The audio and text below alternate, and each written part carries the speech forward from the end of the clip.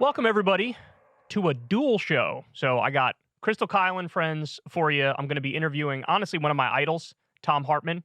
So that's going to be really fun. I'm super excited for that. But you're not just getting a Krystal, Kyle, and friends right now. You're also getting a mini secular talk show as well. You're also getting the Kyle Kulinski show as well. And the reason for that is I just did 2 live shows, one in New York City on Broadway at a place called the Town Hall. And then we also did a show in Boston. I think it was called the Wilbur Theater, the W Theater, something like that. And it was phenomenal. Thank you so much for everybody who came out. We had a blast, and I hope you guys had fun as well. I don't do live shows often, so whenever I do, I kind of soak up the experience. It's really cool, feeding off of the energy of the crowd. So yeah, it was fun all around. But because of that, I did miss an episode of the Kyle Kulinski show, so I want to go ahead and make up for that a little bit here for you guys. And also, there's some stories that I've just been chomping at the bit to dive into. So there's a bunch of stuff to get to. They're all either really, really interesting and important or fun. So let's start here with Alex Jones. So Alex Jones, of course, was involved in this fiasco, this carnival of an interview where he had on Kanye West and Nick Fuentes. And I think Alex is a little bit embarrassed about that interview because he wanted it to go a certain way, and it didn't go that way. I mean, he was throwing some softballs down the center of the plate at Kanye, teeing him up to be like, no, I'm not a Nazi. No, I don't love Hitler. I'm just an independent-minded free thinker who has heterodox thoughts or whatever. That's what Alex was expecting Kanye to say and do, and he didn't do that. I mean, to sum it up, as you guys know, he basically said, I love Hitler. I love Nazis. So my opponents are correct. My detractors are correct. And so he made Alex look a little silly. It's the first interview I think I've ever seen where Alex Jones speaks for not a majority of the time. And then also in retrospect, Alex learned more about Nick Fuentes, that he is sort of like a card-carrying Nazi and white supremacist and white nationalist. And Alex his lane is I'm the conspiracy guy. Like, that's his lane. His lane is I'm the conspiracy guy. And to the extent that you can, understand the core of his politics, I mean, it might be like libertarian-ish right-wing conspiracy theory. Like, that's probably the best descriptor I can give. So he's not an all-out Nazi. He's not, as extreme as somebody like Kanye West or Nick Fuentes. So after the fact he learned about, like, what went down, he feels like he got played. And Alex Jones goes on Steven Crowder's show to talk about it, and this happens. I didn't know that Nick Fuentes was really a Nazi lover. Yeah, I'd had him on over the years 3 or 4 times whenever he was being debanked or censored, and he would be like, no, I'm not a Nazi. I just care about white people's rights. So I think this whole thing was a real coming out.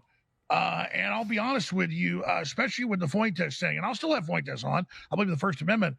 But there's a real creepy factor with this Hitler stuff. And then I also noticed that Richard Spencer came out and said, yay, blew Jones away, because Jones is really controlled by the liberal narrative that Hitler's bad. But those of us that know the dark, powerful beauty of Hitler and of the darkness and of the strength, and it's like some homoerotic, thing over Hitler, that is kind of what's going on. There's this Hitler fetish. And no, I'm not into dudes in fancy, peacock military uniforms that by the way, got 22 million Germans killed. So the biggest killer of Germans in history, if you like Germanic people, and I'm basically half German, have a lot of German roots, is Hitler. Hitler was a disaster. Hitler was an occultist. Hitler was a pedophile. Hitler was horrible. Screw Hitler. Burn in hell Hitler. And the left uses Hitler to push their communist agenda that is basically just as bad and authoritarian, to call all of us Hitler. And so people are so sick of being called Hitler, they go, hey, if Hitler's so powerful, let's just say we're with Hitler. And that's what these people are doing. And I felt like I was sucked in to a giant publicity stunt. Now I'm not mad at either person. I understand that they probably even believe what they're doing, but no, I saw a whole bunch of programs like the Young Turds and all of them say, Jones is just mad they let the secret out. Jones likes Hitler. No, I hate authoritarians. I hate communists. I hate Xi Jinping. I hate Hitler. I hate Mao Zedong. I hate Joseph Stalin. I hate Fidel Castro. I hate Hugo Chavez. Yeah. I love George Washington. I love Thomas Jefferson. I love American strength and freedom and power and Christianity and open societies and capitalism and free speech. And I want it back now. So burn in hell, Hitler and Stalin and Mao. Burn in hell. This is what I told Piers Morgan. Hitler took the guns. Stalin took the guns. Mao took the guns. And if you try to take our guns, 1776 will commence again. Look, the first time I watched that, I'm not gonna lie, I was sitting there with Krystal, and me and her look at each other, and we're like, God damn, he's such a good broadcaster. Like, obviously on ideology, out to lunch, wacky, kooky, yada yada. You guys know the gist of it. But in terms of like how he delivers it, it's crazy. He's on another level, dog. He's on another level. And it looks like, I mean, tell me if you guys agree with this, but there are times, like, you could tell when Alex is like super drunk or on cocaine or something, just fucked up on some sort of a substance, and it comes through because his delivery's like not nearly as good and he seems more unhinged. It looks like in this, like, he's not drinking, and it's almost like he's forcing the rant a little bit. You know what I'm saying? He seems a little more lucid than he has previously. So I don't know if he quit drinking or if he quit doing any sort of drugs or if he's just taking less of a substance, but he seems more with it than he has previously, because in previous rants, he seems like his face is red. He's genuinely flying off the handle. Here, it seems like he's almost like forcing the rant a little bit. You know what I'm saying? But anyways, there's a lot to go through there. He goes, I thought Nick Fuentes, he says, I'm not a Nazi. I just care about white people's rights. So Alex is surprised that a guy who would say that is a Nazi. Alex, you clown of all clowns, how do you not know about dog whistles? And by the way, the whole I believe in whites' rights thing is barely a dog whistle. It's barely a dog whistle. Let me ask you a question. So yeah, Kanye West wore a White Lives Matter shirt. Literally every other person who has ever worn a White Lives Matter shirt, if they're being honest with you, they would tell you, like, yes, I'm a fascist and I'm a Nazi and I'm very, very far right. There is no, like, enlightened centrist who decides, like, I'm a liberal, but I wore this White Lives Matter shirt to make an ironic contrarian point or some shit. That doesn't happen, Alex. So it's dog whistle politics 101. And this is the thing, like, so people would go after the left for casually, willy-nilly throwing around, like, oh, you're a racist, you're a sexist, you're an anti-Semite, or whatever the fuck. And sometimes, yeah, I get that sometimes maybe the left overreaches with their criticisms. But the right does the opposite. So you can have a clear-cut example of, like, that motherfucker's a Nazi. And they're like, I don't see it. I don't see the Nazi. I don't know what you're talking about. All I see is a guy who's ironically doing a Heil Hitler sign. All I see is a guy wearing a White Lives Matter shirt. All I see is a guy posting, like, hidden swastikas. It's like, no, sometimes a cigar is just a cigar, as Freud said. Sometimes if it walks like a duck and talks like a duck, it's a fucking duck. And it's not like, tee-hee-hee, LOL, I was joking. I'm just a shit poster on 8chan or 4chan. No, look, Nick Fuentes has come out and said this. He said there's times when he's been more strategic and less strategic. And in the more strategic times, he says, yeah, hide behind irony, sarcasm, jokes, like try to cover what you really believe, but like play footsie with it. And then there are other times where he just, drops it and he's much more honest. And he's like, yeah, I believe in dictatorship. I believe in a Catholic theocracy. I'm a white nationalist, et cetera, et cetera. So, man, then I'm not going to lie. I did enjoy the part where Alex says these guys have like a homoerotic fetish for Hitler. Because you know what? Kind of true. It does seem a little bit homoerotic. It does. And especially a guy like Richard Spencer. You know what I'm saying? So I like that, but I also can't help but make the point that, like, in their mind, they go, like, if I disagree with you and you have what I think is a bad ideology, they immediately think, like, you must be gay, right? Like, it's not like Nazi and fascist is bad enough on its own. It's just like, you're also homosexual, which is condemnable. So that's where his mind goes right to. And then the very interesting point there when he says he got, Hitler got 22 million Germans killed. So if you care about Germans, then this guy was a disaster. And it's like, why did you phrase it that way? Like, oh, I'm so concerned about the Germans that got killed. Because you could have easily said he got, 6 million, 10 million, whatever it was, Jews killed. But it's almost like he knows if I stress, like, he killed this many Jews or this many Roma or whatever, or this many disabled people or gay people or communists, because Hitler, of course, killed the communists as well. If he brings up any of those groups, the audience would be like, maybe that maybe that wasn't the worst thing in the world. But he brings up Germans because he knows, well, that'll make the audience go, oh, don't kill the good, fine German folks, right? But if you bring up the minority groups that they're not in love with, then maybe they wouldn't have as visceral a reaction. And he says Hitler was an occultist and a pedophile. He says this part is sort of classic stuff from Alex Jones and the far right in general, that it's the left that pushes their communist agenda, and that pushes people into Hitler's arms. That was one of the points that he made in there. And no, like, look, I'm sick of this. Like, people have agency. People have agency. Like, own the shit that you do and that you believe. I hate this thing of like, the left was mean to me, and so now I'm a goose-stepping Nazi. It's like, no, okay, even if everybody on the left was the biggest asshole in the world to me, I would still be on the left. Why? Because my politics is not petty and spite-driven and reactionary. My politics is like, let me see a list of the issues, I'll tell you where I fall on those issues, and then you could put an accurate label on me as a result of it.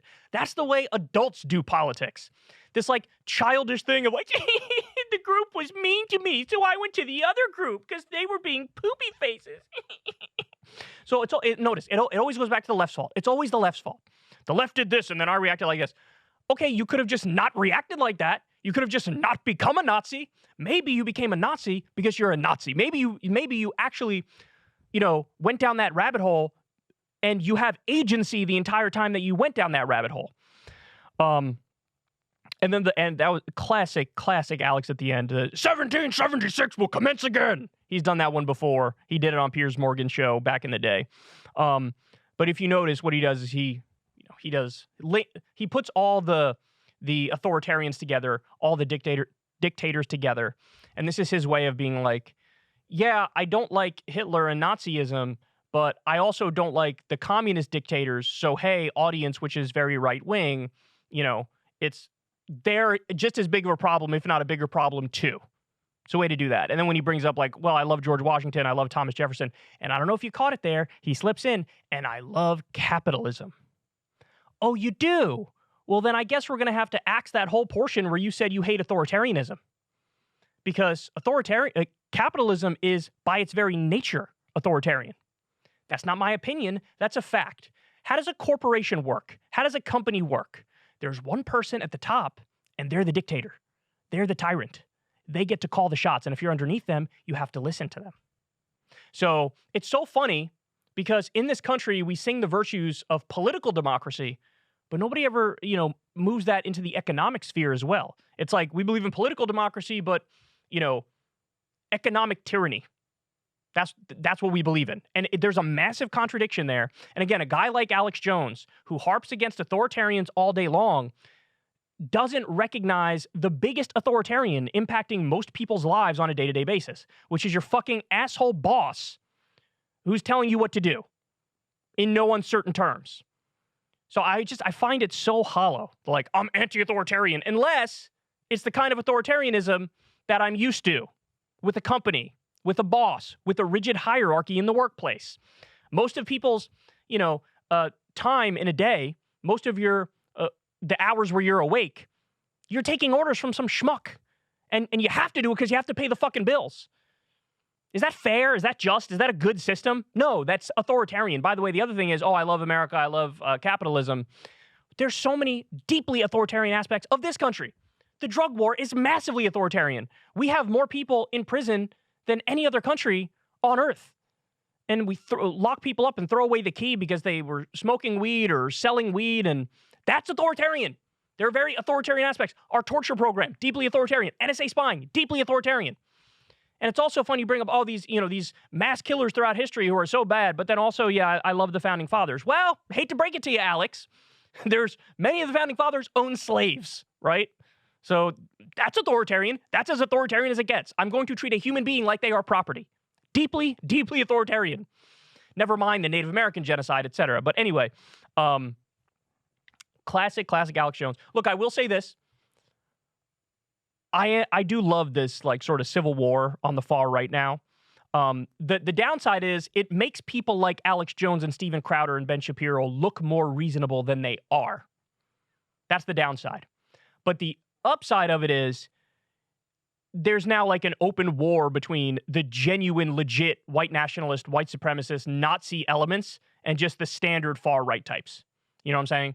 And I certainly, for all of their fucking flaws, and there's a million of them, and I could talk all day about how I disagree with all these guys, the Alex Jones, Steven Crowder, Ben Shapiro, they are not full Kanye West. They're just not. Now, there are some people, by the way, who are just mad that Kanye's like giving up the game. Like, I was with you until you crossed the line that none of us are allowed to cross about saying you love Hitler and Nazis. Some of them are just like, you're giving the game away, and I don't like that. I don't think that's Alex. I think the main thing that drives his politics, again, is hardcore conspiracy thinking. But the actual label that would apply best to him is that he's sort of like a libertarian right-winger. And so there is a categorical difference between that and a Nazi, a straight-up Nazi, even though I could argue with, both of them until I'm blue in the face. But anyway, there you have it. Alex Jones, classic Alex Jones rant. Again, the best part is going after saying there's a weird homoerotic Hitler fetish that they seem to have. It's really gross. So Kanye West, after his interview with Alex Jones, which went super duper mega viral, where he talked, apparently the interview was 3 hours long, and he managed to say he loves Hitler and loves the Nazis like 712 times in that interview. This thing is spread far and wide, even though Alex is not on any of the main platforms anymore, but this interview still got out because it was just that big of a deal. Kanye decided to do another interview, and I think this was literally right after the Alex Jones interview because he's wearing the exact same thing. So he went from Alex's studio to the studio of Gavin McInnes, and we got more insanity from Kanye. Watch this. So you're president of the United States. The Hitler thing does not hurt your campaign. First day it helps my campaign. Okay, it helps your campaign. Yeah. You're in office. It's day one, and someone walks in and they go, so what are we going to do about these Jews? What do you say? What do you mean do about them?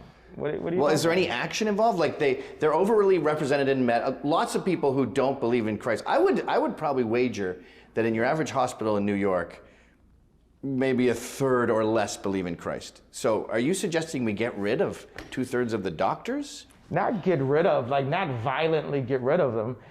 Fire them? I think that Jews are very intelligent, but they don't deserve to be in charge of everything because they don't put Christ in. But how do you legislate that? They need to work for Christians. Jews should work for Christians. I'll hire a Jewish person in a second. If I knew they weren't a spy and I could look through their phone and follow them to their house and have a camera all in their living room. I don't think that the Jews are particularly ethno-masochistic. If you look at all the blowback to Ye, they're very defensive, they're very paranoid, you could say, almost pathologically paranoid about threats to their well-being. I agree with you that liberalism is a poison.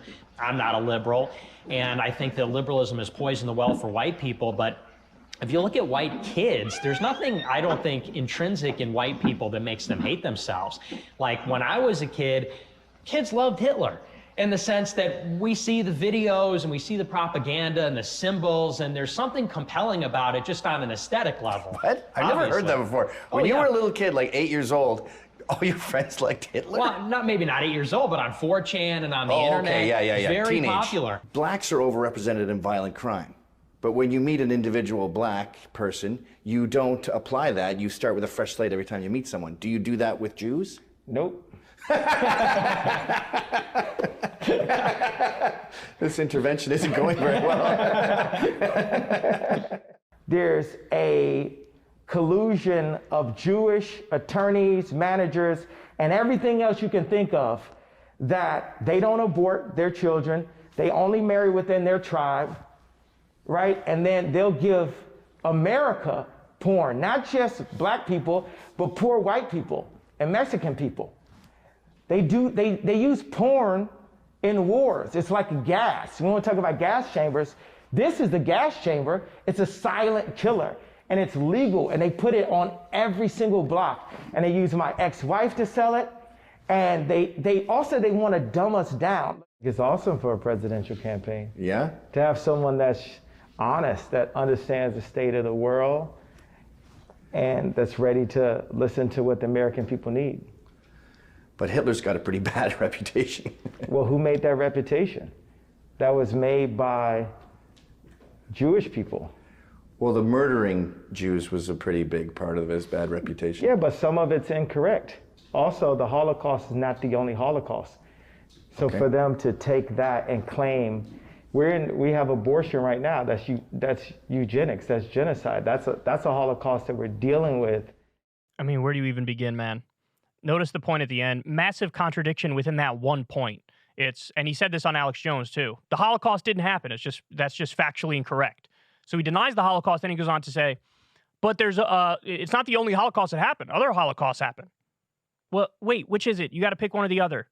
You know, you got to say, okay, it happened, but a lot of other ones happened too, or it didn't happen, and it's a massive contradiction. He's just like, any argument he can come up with to shit on Jews more, he just does it.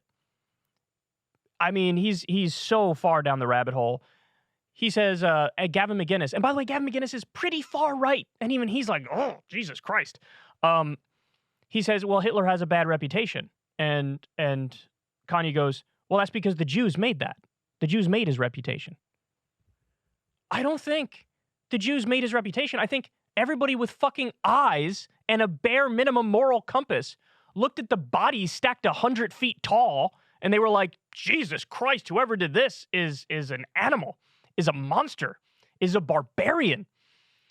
Actually, yeah, the Jews made his reputation. That's why. It's those evil, conniving Jews that brainwashed you into disliking the mass murderer who tried to take over the world by force. The porn part, oh man. Now look, he says, I think he himself, he may have even admitted it, that he has a porn addiction. I'm not 100% sure on that, but there's this weird projection thing on everybody else. That like, since I couldn't handle that shit, nobody can handle that shit. And I hate to tell you, Kanye, but the overwhelming majority of Americans, first of all, like everybody watches porn, right? Unless they're like asexual, okay? And there's the tiny percentage that's asexual, but obviously over 90% of the country, not asexual. So everybody watches porn. And most people can handle it just fine. They're not jerking off all day to the point where they miss work or they forget to pick their kids up from school. Like, it just doesn't happen as much as you think it does because it may have impacted you. And the idea that you ban it, and he said Jews pushed porn on America in an attempt to like take down America. He said it's like the gas chamber. It's the silent killer. It's not even close to a killer. It's called, 7 minutes of pleasure. It's called a random Friday afternoon with nothing to do. Let me boost my serotonin levels a touch. It's so deranged in so many ways. You get the sense that he genuinely like fights himself on it, right? And it's amazing that every time he boots up that computer, he's going like, oh, the fucking Jews. It's the Jews that did this to me. Oh, like, Kanye, come on, man. Come on. But I love how his platform is Hitler was based and I'd like to ban porn. Yeah, that's going to be a winning platform. That's going to get him over 300 electoral votes. What are we talking about here? Gavin McInnes made a phenomenal point there, and it's totally right over his head. He goes, well, hold on now. Statistically, black people are overrepresented in violent crime. Does that mean that, you assume every black person is a criminal, or do you treat anybody that you meet with a blank slate? And then he's like, so do you have a blank slate when you meet a Jewish person? And Kanye goes, no. So in other words, anytime Kanye meets a Jewish person, he thinks like, well, there was that Jewish guy who did a fucked up contract with me and fucked me over, and this guy's to blame. It is like classic anti-Semitism, bigotry, xenophobia. I mean, it's so above and beyond in every single way. Nick Fuentes telling on himself there says, when I was a kid, kids loved Hitler. No, Nick. No, they didn't.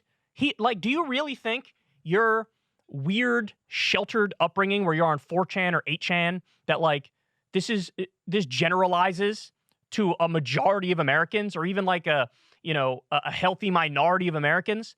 No, it was you freaks and maladjusted incel weirdos on these message boards that, oh, you like Hitler. And it's such an embarrassing admission, too, because he goes on to say there's really something compelling on an aesthetic level. Oh, so a guy gave a speech and had some shiny bells and whistles around him, and you nutting your pants over it? There's a lot of people that give speeches that don't end up committing genocide. It's just so embarrassing in so many ways. I've seen like every World War II documentary, ever. And I've seen the speeches. I've seen the marches. I've seen, everything that there is to see about Nazism and engineering and this and that. The idea that you just, fall head over heels in love with this genocidal maniac because, like, the uniforms were cool, right? Which, again, is what he's sort of hinting at here. On an aesthetic level, it was so amazing. How embarrassing is that? How that's so not serious intellectually. He's asked point blank, what are we going to do about the Jews? And then Kanye answers, he thinks Jews shouldn't be allowed to be in charge of anything because they don't serve Christ. They have to work for Christians. And then he says, let's also do mass surveillance of them. Yeah. Okay. All right, Kanye. I mean, how do you even respond to that? So what, 70% of the country roughly are Christian? So what, you want to set up a permanent underclass for everybody that's not Christian? And by the way, how do you determine who's one of the good Christians and who's one of the bad Christians, right? Because there are plenty of Christians who have healthy disagreement. You can find liberal Christians all over this country. You could find conservative evangelical fundamentalist Christians all over this country. Do Catholics count? Because Nick Fuentes is a Catholic. Don't know if you know this, but historically, there's quite a disagreement between the Protestants and the Catholics. But Kanye, I don't know if he doesn't know the difference between, a Protestant and a Catholic, but he's got Nick Fuentes there as a Catholic. Do you count them as part of the good Christians? All right, so let's assume for a second it's, okay, all the Christians are the quote-unquote good Christians. You have to call yourself that. Well, that's still 30% of the country. Atheists, agnostics, Muslims, Jews, Hindus, Buddhists, whatever. They're all you can't have your own business. You can't do your own thing. You have to work for a Christian. So, I mean, it's Hitler love and it's rampant theocracy. And of course, it's Kanye's interpretation of what his religion is that he wants to enforce. So like you said, ban porn. Well, what else? What else is in the Bible that you'd like to, rigidly enforce on people? Did you know that there's a ban on shellfish in the Bible? Nobody's allowed to eat shrimp anymore? Is that something that Kanye would implement? Obviously, he's deeply, deeply anti-abortion, even though there's a portion of the Bible that recommends abortion if your wife cheats on you. They talk about how she should drink bitter water, which is sort of like a poison that makes you miscarry, and her belly will swell. And if she does miscarry, aka have an abortion after she drinks the bitter water, then that wasn't your baby. That was the baby of the person she cheated with. This is in the Bible. They prescribe abortion at a certain point in the Bible. He doesn't fucking know that. He doesn't care. He needs meds. He needs meds. And then, of course, classic Kanye moment where he says he thinks the Hitler thing, quote, helps his campaign.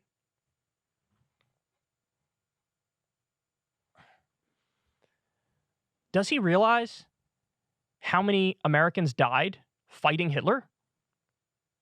I think the number is 400,000 Americans died fighting the Nazi fascist scourge that was trying to take over the world. And by the way, they had succeeded in taking over most of Europe. And you think, what? People are going to be like, yeah, that's what I want. A guy who was literally with the enemy, with the face of pure fucking evil. Look, on the one hand, it's like everybody kind of wants to start ignoring Kanye, but on the other hand, he's still Kanye West. He's an A-plus list celebrity, and he's got incredible wide reach, and he's running for president, and he's going through a psychotic episode. We can refute his ideas while also stating the obvious, which is, hey, dude, for the love of God, please take your medicine. Again, the most ironic thing is he keeps going after this doctor, this therapist, who prescribed him medicine for his bipolar disorder. And it's like, that's the dude who was trying to fucking save you, bro. For real. He was trying to save you. If he took his lithium, the highs wouldn't be as high and the lows wouldn't be as low. And the period of depression that's coming for him is going to be astonishing. Because clearly he's on an insane manic trip where you get euphoria, delusions of grandeur, you think you're the best, you think you've never said a dumb thing in your life, you can't stop talking, all that. Well, the low is going to be just as low as the high is high. And so nobody around him is keeping it real with him. And I think he pushed everybody away who was close with him at one time. So it's a real sad thing to see. You just get on your medicine. That's all I can say. I'm ending it on a serious note here, but get on your medicine. So Vladimir Putin, in the midst of the war in Ukraine, he decided to crack down domestically. And this is something, look, you see this time and time again with authoritarian leaders. So, after the U.S. invaded Iraq and occupied the country, destroyed the country, jacked the oil, all that stuff, in one of the midterm elections, George W. Bush and the Republicans ran on adding a constitutional amendment to the U.S. Constitution to ban gay marriage. That was one of the things that they ran on in one of the midterm races. I'm not sure. I think it was 2006, maybe they ran on it. So in the heart of the Iraq war, what they're trying to do, change the conversation. Talk about this. Squirrel.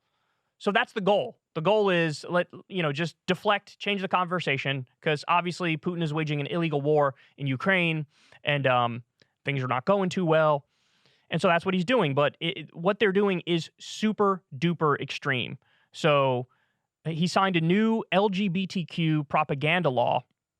And I'll tell you a little bit about what it does here. Quote, the new laws make it illegal to promote or praise LGBTQ relationships, publicly express non-heterosexual orientations, or suggest that they are normal. You're not allowed to suggest that a gay relationship is normal, that if somebody's gay, that's okay. You're not allowed to say that. The package of amendments signed by Putin include heavier penalties for anyone promoting non-traditional sexual relations and/or preferences, as well as pedophilia and gender transition. So in other words, they're saying you're not allowed to publicly endorse pedophilia.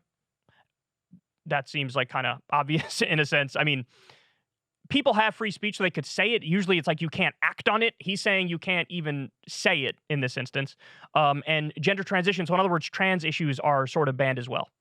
You're not allowed to say being trans is normal, being trans is okay. Under the new law, it will be banned across the internet.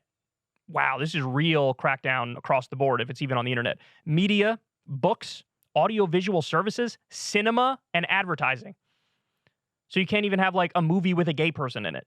Under the new law, individuals can be fined up to 400,000 rubles, which is about $6,370 for LGBTQ propaganda, and up to 200,000 rubles, which is $3,185 for, quote, demonstrations of LGBT and information that encourages a change of gender among teenagers. So the highest fine you can get is about $80,000 or $64,000. And that's if a legal entity does these things. So if a company releases a movie with a gay character, that's what happens. And not only did Putin approve the law, but it was also approved by Russia's upper and lower houses as well. So it's not just him. It's not just him. They're going full authoritarian. So look, again, classic move. You're doing an illegal offensive invasion against a country that didn't attack you. You are occupying it. You are trying to jack parts of that country. And, the death toll is through the roof, tens of thousands, probably over 100,000 now. And this is a way to deflect. What do you say? Squirrel, look over here. And I don't know. I'm not familiar with the polling in Russia as to whether or not this is popular, but my reaction effectively is I don't care. Even if it is popular, I wouldn't be like, oh, well, then it's okay to pass it, because this is a rights question. So there's multiple different kinds of issues, right? And one of them is constitutionally protected rights, so human rights. Human rights stuff should not be open to a vote, right? That's like saying, let's go back to 1952 in Mississippi and vote on whether or not they think segregation should be legal or illegal. I don't care if it came back 85%. Let's keep segregation going. I'd say, as a matter of as a right, black people don't have to be second-class citizens. They are equal under the law. So I don't care if it's 99% that say, yeah, let's enforce second-class citizenship on them. Fuck that. No, they should be legal under the law. And this is the same thing here. When it comes to LGBTQ issues, any sort of characteristic that's immutable, that you can't change, there should be no discrimination on that basis. And what he's doing is the worst of the worst. So you see kind of a clear hierarchy too in advancement on these issues. Like there are some countries that have sort of evolved massively on these social issues, and then others that are, still draconian and primitive, and it could be for religious reasons. It could be for other reasons, but this is totally unacceptable. And now, look, I'm sure it was already kind of dangerous to be LGBTQ in Russia. Now it's even more dangerous. Because any sort of outward display. So what, if somebody's like kind of just flamboyant by their nature, or they're a guy and they wear bright colors, or the way they talk, is that enough to say, oh, you're sort of promoting homosexuality? Maybe. It might be. Accusations that somebody's gay could land him in a prison cell, right? And now we have a situation where any sort of, it criminalizes even debate on the issue, which how is society supposed to move forward if you can't even talk about it? If you can't even take the correct position, which is that gay people are equal and deserve the same protections, if you can't even debate that or discuss that, how do you move public opinion forward? You're just stuck in a permanent state of stasis, and you're paralyzed, and you're not going anywhere, and it's just regressive laws in perpetuity. That's totally unacceptable. So, really, really terrible stuff here. And my heart goes out to everybody who's LGBTQ in Russia. So there is a really, really crazy story currently unfolding in Peru. Let me walk everybody through it. So Peru elected a heterodox leftist president by the name of Pedro Castillo.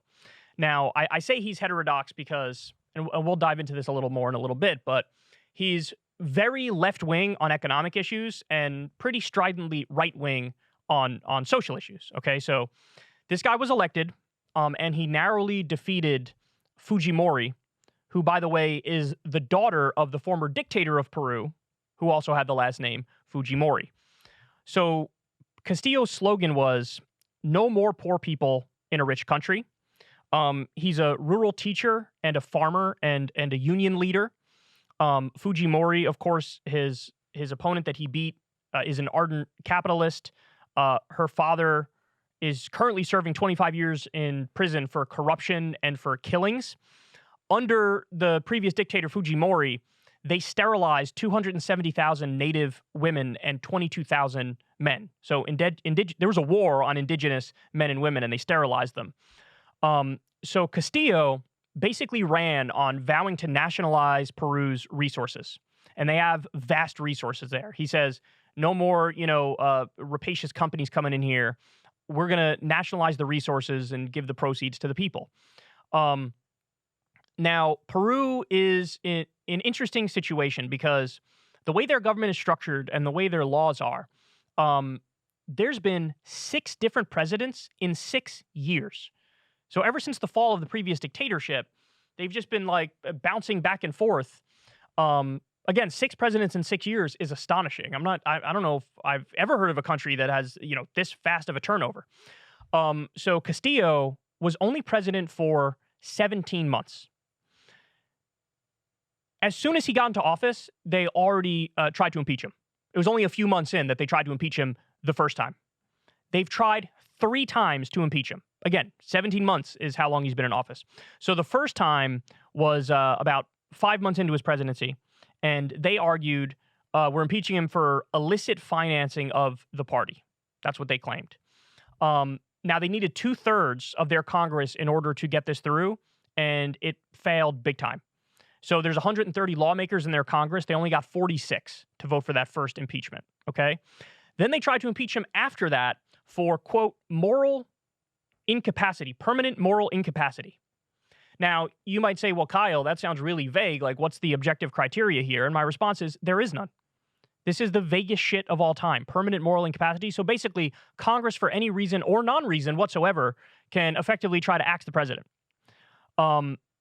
They only got 55 votes the second time.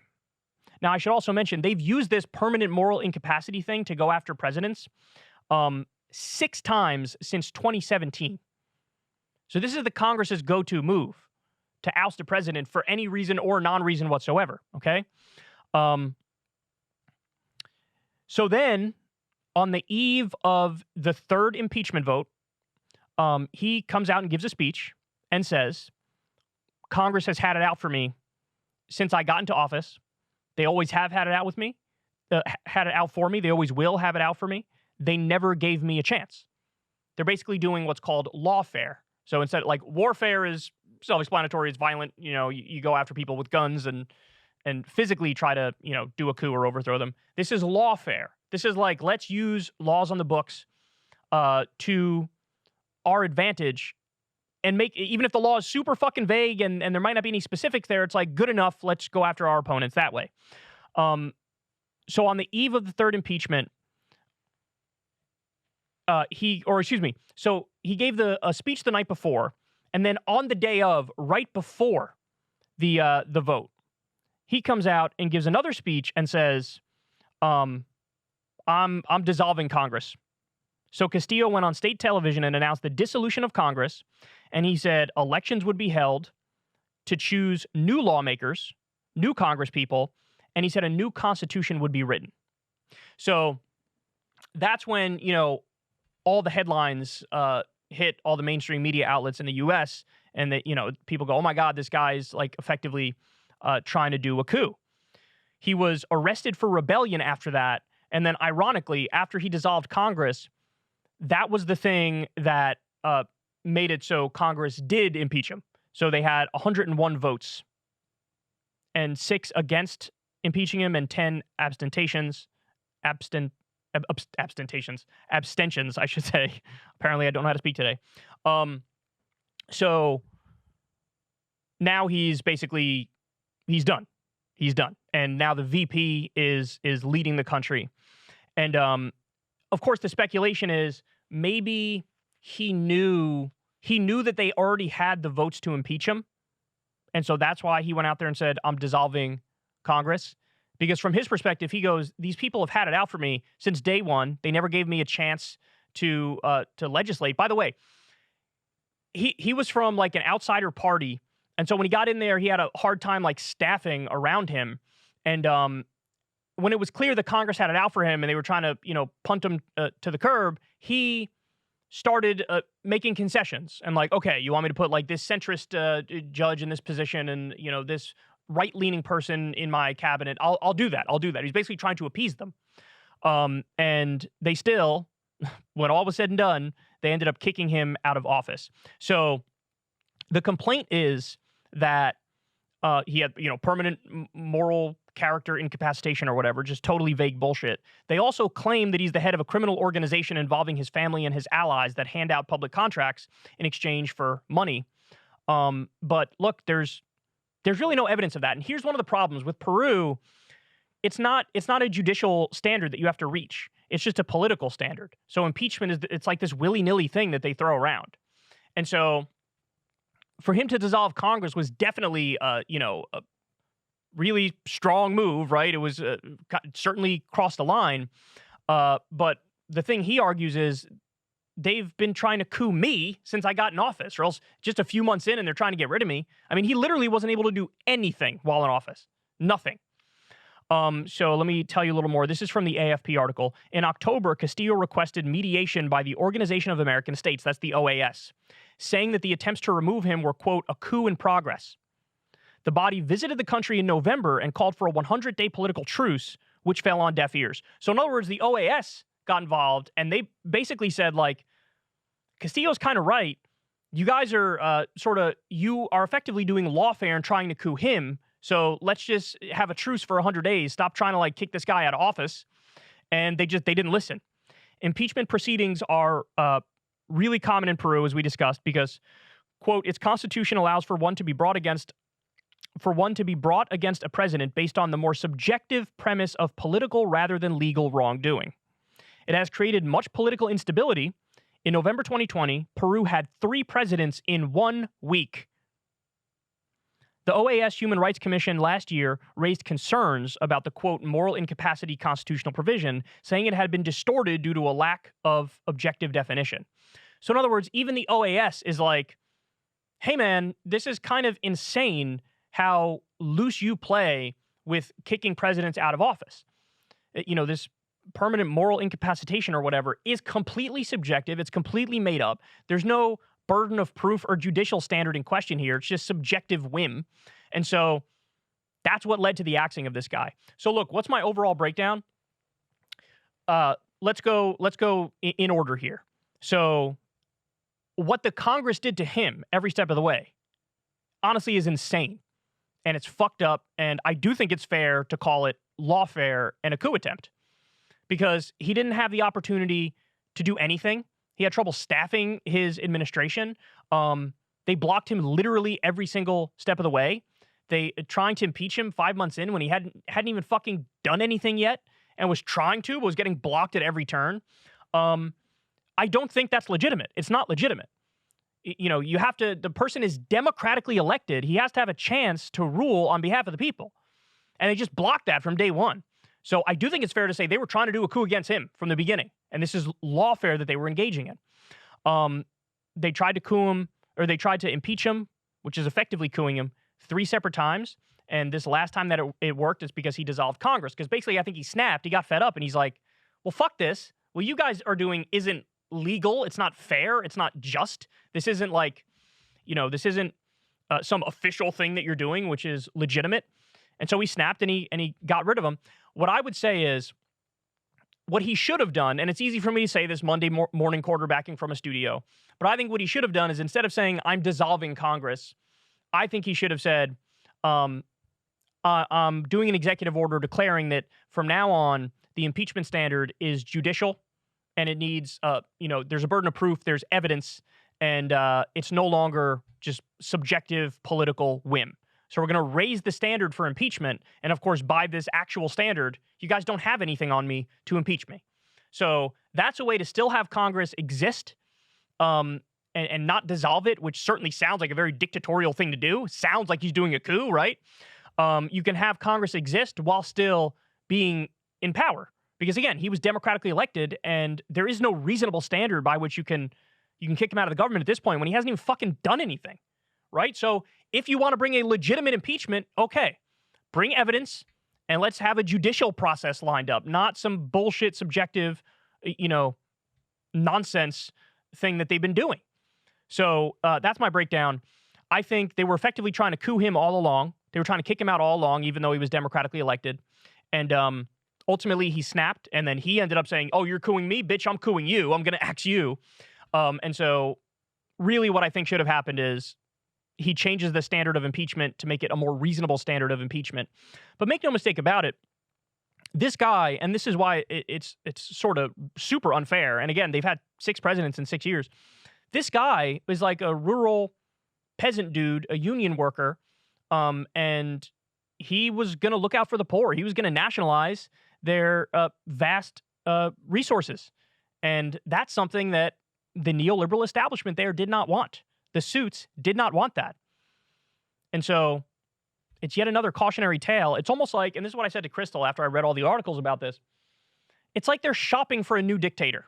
And the person who will actually be allowed to govern and legislate once they're in office is going to be somebody who the big money interests are okay with and who they support. And so in other words, you're not going to get somebody who's going to be transformative for the poor people and the working people in Peru. And so it's a really, really wild story. And it's a cautionary tale about, again, what we call lawfare. So you're doing a coup, but you're making it look like official and procedural. And so then when he snaps and he basically coups you back and says, fuck you guys, you've been holding me down too long and you're not following the rules, then they get to play the game where it's like, they punched him and then he turns around and punches them back and they're like, oh! And then you have all the headlines in the U.S. comparing him to like he's Donald Trump and this is January 6th. That's truly not a fair comparison. It's not. When you're stymied every single step of the way, and again, I don't support what he did dissolving Congress. I think there was a third path you could have taken, which is to raise the bar for the impeachment standard. But I certainly understand where he's coming from in that the fix was in from the beginning. And it's like, a rural union guy, they weren't going to let him do anything for anybody. And so this was his reaction to that. But anyway, there you have it. They shouldn't have tried to coup him. They shouldn't have done the lawfare. They shouldn't have used these bogus impeachment standards. He shouldn't have dissolved Congress, but he should have raised the standard for impeachment and then tried to govern somehow while in power. And by the way, he ran on drafting a new constitution. I think there should have been some process by which he could do that, right? And he ran on nationalizing the resources, but there's no way they were going to let him do that. There was no way they were going to let him do that. And basically the powerful interests at the end won out. And so the VP is in charge. I don't know how long she'll last because I don't know what her politics are. But certainly if somebody else comes about that's for real change, I think they'll be axed as well. But you got to keep a keen eye out because, again, the specifics matter, right? And I feel like people who just read the headlines on this got totally misled, that you needed to read the specifics to know what was going on. And so this whole, like, lawfare thing is real. Sometimes the people who look like they're following the rules and being serious are the ones who are initiating a coup attempt. And so you should reserve judgment until you read all the facts, and I recommend you do that about any story like this. All right, guys, so we got part 2 of the Twitter files. Part 1 was Matt Taibbi released it the other day in conjunction with Elon Musk. And you guys know the gist of that. We did a big, long segment on it. But effectively, you had the Trump White House was talking to Twitter to try to get things pulled. That's something they reported. Now, they didn't give any specifics on the Trump White House. I wish they did, right? But they didn't. But they said the Trump White House had a direct line to Twitter, and they were getting stuff pulled if they didn't like it.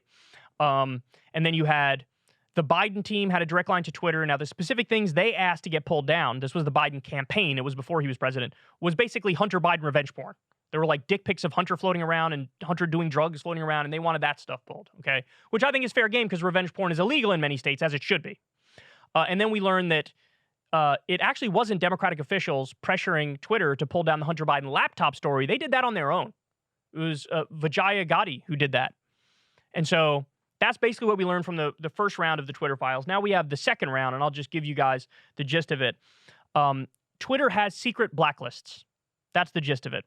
This is from Barry Weiss, who's working with Elon Musk on this. A new Twitter files investigation reveals that teams of Twitter employees build blacklists, prevent disfavored tweets from trending, and actively limit the visibility of entire accounts or even trending topics, all in secret without informing users.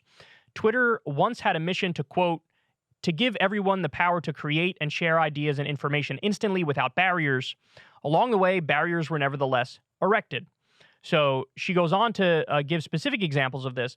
So there's a Stanford doctor by the name of Jay Bhattacharya, and this person was against COVID lockdowns. They were arguing this at a time when that was the less popular position in the establishment. And so apparently he was somebody who had his tweets prevented from trending, even if they would, organically trend. And so they have all this information behind the scenes, Twitter does, about the certain restrictions on certain accounts. So another example is the Fox News guy, Dan Bongino. He had some rules that were implemented against him. He was on a search blacklist. He was on a not safe for work view. I don't know exactly what that one means, but search blacklist is when you search for him, he doesn't come up immediately. You have to like really dig to find him. So he was part of that. And then we have Charlie Kirk. He do not amplify is what Charlie Kirk was under. There was a do not amplify thing, which I don't know exactly what that means, but that might be like he's not allowed to trend when he has a tweet that blows up. Or, they have ways of like hiding certain people, shadow banning certain people, like putting people in this weird limbo middle ground place where you can't grow as an account. And this is the gist of it here. Now, I will go on to say, yet again, I do find it kind of annoying that, so they do this whole thing, and then the only examples that they give are people on the right, when we know as a matter of fact that there are just as many people on the left, if not more, who are also shadow banned, blacklisted, destroyed by the algorithm, etc. And so look, it's good to know this information that like, hey, shadow banning is real.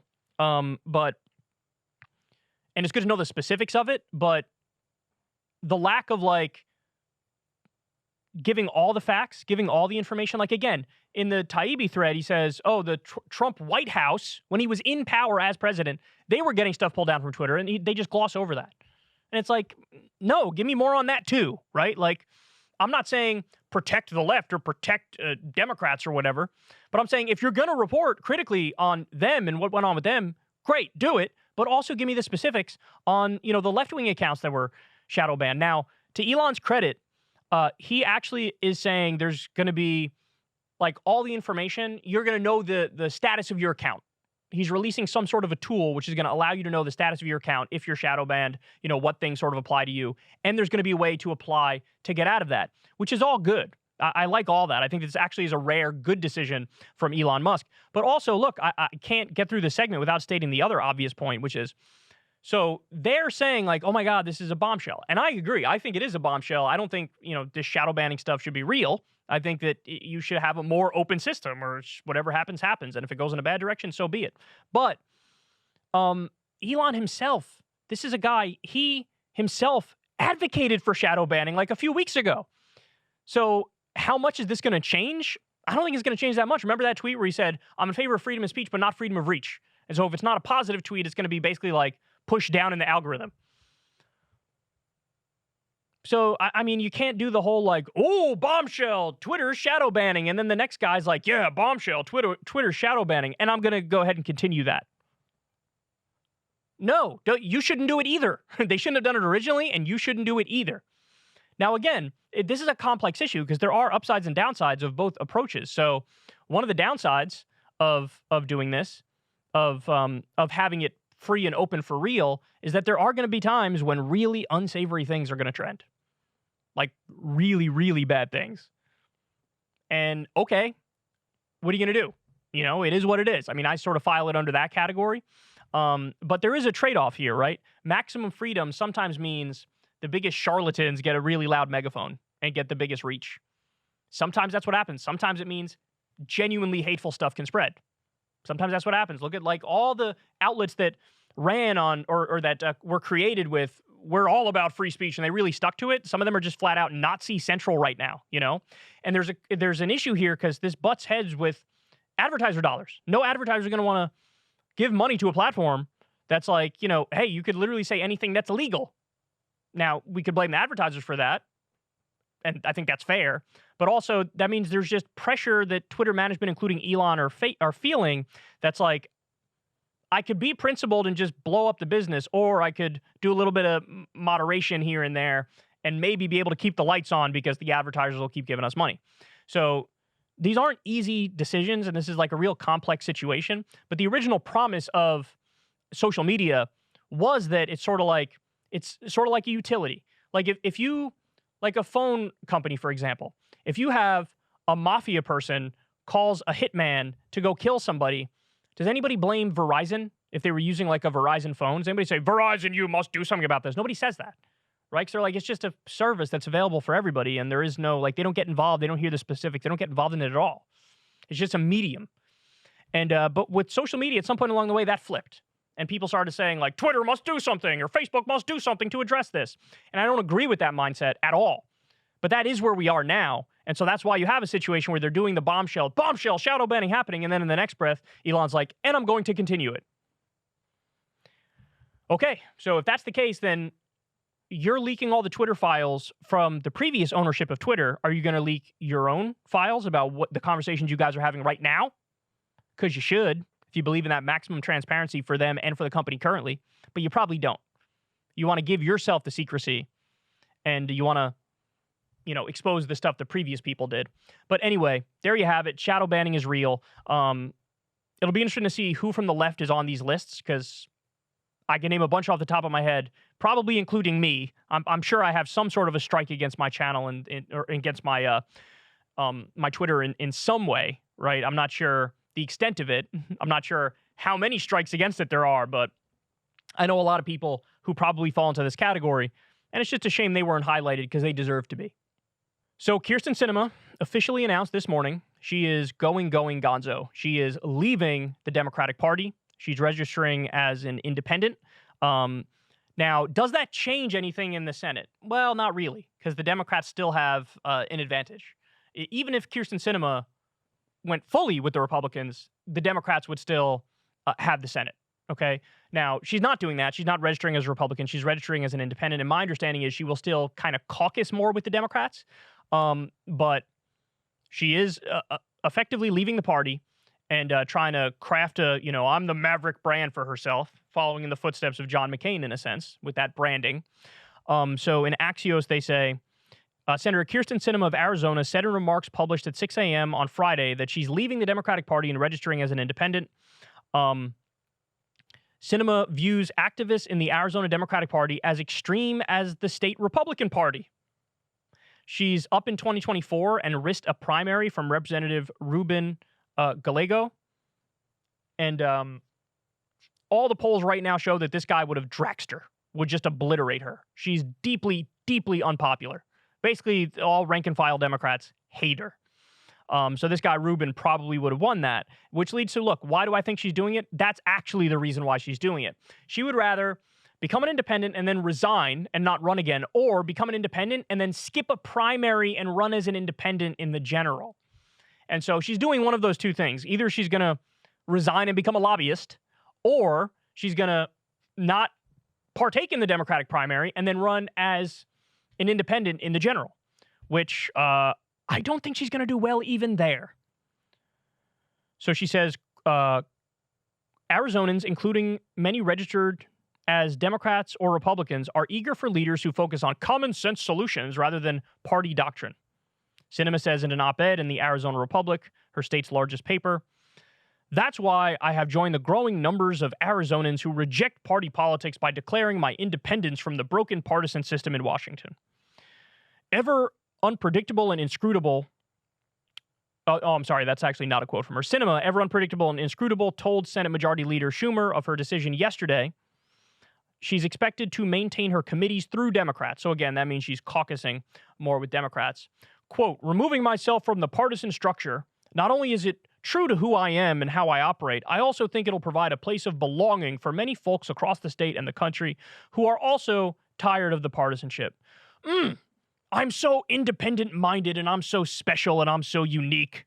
Aren't I amazing? Look at me, a free thinker. I'm free." All right, so now let me tell you the reality of this. I checked the number earlier today.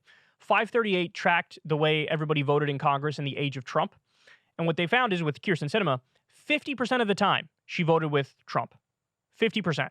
So she literally votes half the time with Republicans and half the time with Democrats. So the idea that, oh, this is some high-minded intellectual project. No, let me tell you what it really is. She is one of the most corrupt Democrats. So all those votes, and you can go look at them, all those votes that are, with the right, those are votes that are more about economics, more about serving corporations. That's what it's about. So the reason why she does that is because she's taken a tremendous amount of money from these companies, from these lobbyists. It happened in the middle of the debate over lowering prescription drug prices. Kyrsten Sinema was against that for the longest time. And she got, I think it was $1 million from Big Pharma. And then, wow, she was one of the main roadblocks in getting it through. Even Manchin had wanted to go further than she did. And it was because of her, we got a shitty compromise that was like, we're going to lower prescription drug prices, but only some of them and only for seniors. That's all because of Kyrsten Sinema. If she didn't take that Big Pharma money, we could have had lower prescription drug prices for the entire country. So that's who Kyrsten Sinema is. She represents the big banks, the military-industrial complex, Wall Street, Big Pharma. She is one of the most corrupt Democrats. And so now she's like, I'm done doing this tap dance and I'm despised in this party. So now I'm going to act like I'm some sort of intellectual hero and free thinker and go, I'm an independent because I'm above the fray. No, you're an independent because you take a shitload of money from corrupt special interests and do their bidding while still being left-leaning on social issues. So you're a full sellout on economic issues and left-leaning on social issues. You're not some sort of hero. And this, remember, Kyrsten Sinema is the one that everybody in the media made a big deal about. She's bisexual. She's a bisexual woman. Isn't that amazing? Isn't she such a hero? No, I don't care about her identity. I care about her votes. I care about who she's looking out for, and she's certainly not looking out for regular Arizonans. And she did an interview with Jake Tapper, by the way. Jake Tapper was asking her, like, does this impact, like, what's going on in D.C.? Like, does this, who you caucus with, where your votes are? And her reaction was, that seems like a very inside the swamp D.C. type question, Jake. No, that is literally the most substantive question you could ask. Hey, how are you going to vote is effectively the question. And she's like, what an inside the beltway question. No, that is the most substantive question. So anyway, good fucking riddance. If she runs again, it is very possible. I don't know who she'll take more from, the Democrat or the Republican. But she could serve as a spoiler effect to make it so a Democrat doesn't win in Arizona. That would be bad. That would be very, very bad. She's got to fucking go. But she wanted to suck herself off a little bit and let everybody know how special she is. To tell her, I'm above the fray. I'm above politics. Just so everybody knows, you don't get to declare that, right? You don't get to just say, I'm more intelligent and special than you and independent-minded than you. You don't get to just, like, assert that you're above politics. We look at your votes. We can determine exactly what's going on with you. You're not special. You're not interesting. You're not unique. You're just the most corrupt Democrat. That's what you are, Kirsten. All right, so we had a vote in the House on the Respect for Marriage Act, which, of course, was the compromise bill on gay marriage. So, again, just to give the backstory, the cliff notes of it, Clarence Thomas, in the decision overturning Roe versus Wade, turned around and said, we should also look at Obergefell next, which is fancy justice way of saying we should throw out gay marriage. That's what he was saying. And so that led to Congress to go, holy shit, this is fucking crazy. We need to do something about this. So what Congress can do is they can pass a law protecting gay marriage so that even if the Supreme Court overturns it and says you don't have a right to it, it would still be the law of the land if Congress passes a law saying we allow gay marriage. So that's what the goal was. Now, the House passed a bill that legalized gay marriage and kept the status quo as it is. Okay, that's wonderful. That died in the Senate. They were like, no, we're not going to do this. We need a compromise. We need to find a way to protect religious liberty. So, they found the middle ground. The middle ground effectively is, yeah, we're going to give you a right to gay marry, but if a certain church or whatever doesn't want to marry you, you got to go somewhere else. So in other words, people can still have religious liberty objections or whatever. The bill also protects interracial marriage. So that ended up passing the Senate, and now it went to the House. In the House, thankfully, it passed. But there were over 100 Republicans who voted no on it. So not only are they not for gay marriage being a right, they're not even for, like, a compromise bill where gay people could still get married and, like, you can be a bigot on your own if you want to be and reject a gay couple from getting married at your church, right? So here we have Representative Hartzler, Republican Representative Hartzler, and here was her speech on this issue. Watch. I'll tell you my priority. Protect religious liberty, protect people of faith, and protect Americans who believe in the true meaning of marriage. I hope and pray that my colleagues will find the courage to join me in opposing this misguided and this dangerous bill. And I yield back. I hate equal rights. Why do we have to treat people fairly? My mommy and daddy were really religious and hated gay people, and I hate them too, and now I'm not getting my way. Even though my haircut looks like I'm a lesbian. By the way, for realsies, I'm just saying, if I saw this woman walking down the street, I'd be like, I know what her thing is. I know what she does. I know what she looks like. I'm just saying. No judgment, because I'm for equal rights, unlike her, right? But that's what it looks like. It's like all those anti-gay politicians and religious leaders who then get caught sucking a dick in a New Jersey Turnpike bathroom. How many times have we seen this? Ted Haggard, the super religious conservative guy, big time anti-gay dude, and he gets caught doing crystal meth off of a gay hooker's ass. What do you know? Silent sinners scream the loudest. It stems from repression, right? So usually these people have these feelings and they're taught it's wrong. And so they repress and repress and repress. And that manifests in, like, outright hatred of the gay community, right? They've done studies on this, by the way. The people who express anti-gay sentiment, they did a study where they hooked electrodes up to the special place and they played porn. And the ones who expressed anti-gay sentiment and vitriol, they were the ones who got hard watching gay porn. So there is a real like self-hater thing going on. Now, I don't know for sure about this woman, but I could speculate, and y'all know what my speculation is. But look at this is so pathetic to me, because, like, I understand there's some people who just haven't seen the arguments, haven't thought about the issue thoroughly, and they just default go to what they've always known. Like, oh, I thought marriage between a man and a woman. And so I understand there's some people in the country who are just going to be a little more backwards on this stuff, a little primitive on this stuff. They'll have some regressive ideas. I understand that. But I don't understand like a real passionate, like, why are you crying? Why are you crying about this? What is there to cry about? Even if you disagree with it, isn't it like, well, okay, it is what it is. What we're talking about here, guys, just so you understand, it's not just about the label, like, oh, we get to be married and we're gay. No, it's also about legal rights, tax rights.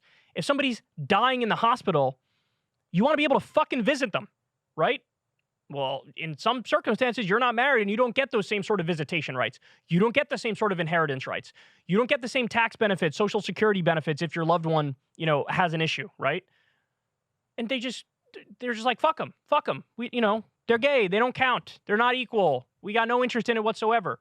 And it's super pathetic, man. Now, of all the things you can cry about on the floor of Congress, right? Have we ever seen somebody cry over the fact that 45,000 Americans die every year because they don't have basic health care? 45,000. You know how many that is in all the other developed countries in the world? Goose egg, bitch. Nothing. Nobody cries over that. Nobody cries over the 500,000 homeless people. Nobody cries over that. Nobody cries for the working poor who work full-time jobs and don't make enough money to pay the bills. Nobody cries for them.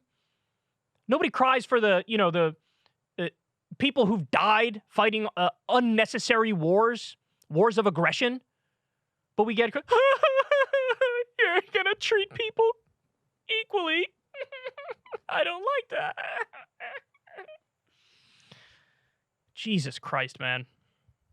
So she's from Missouri's 4th District. And this is just a reminder that, like, these people exist, man. They exist.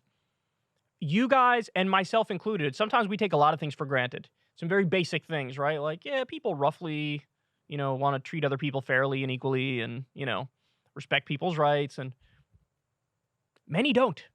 Many don't. And they went mask off, by the way, because that first bill that went through the House that legalized gay marriage, 157 Republicans voted against it.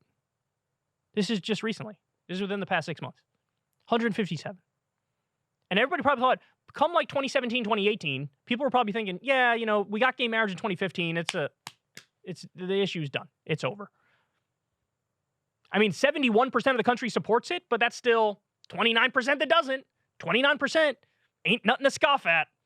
So anyway, this is where we are right now in the country. It's so sad. It's so sad.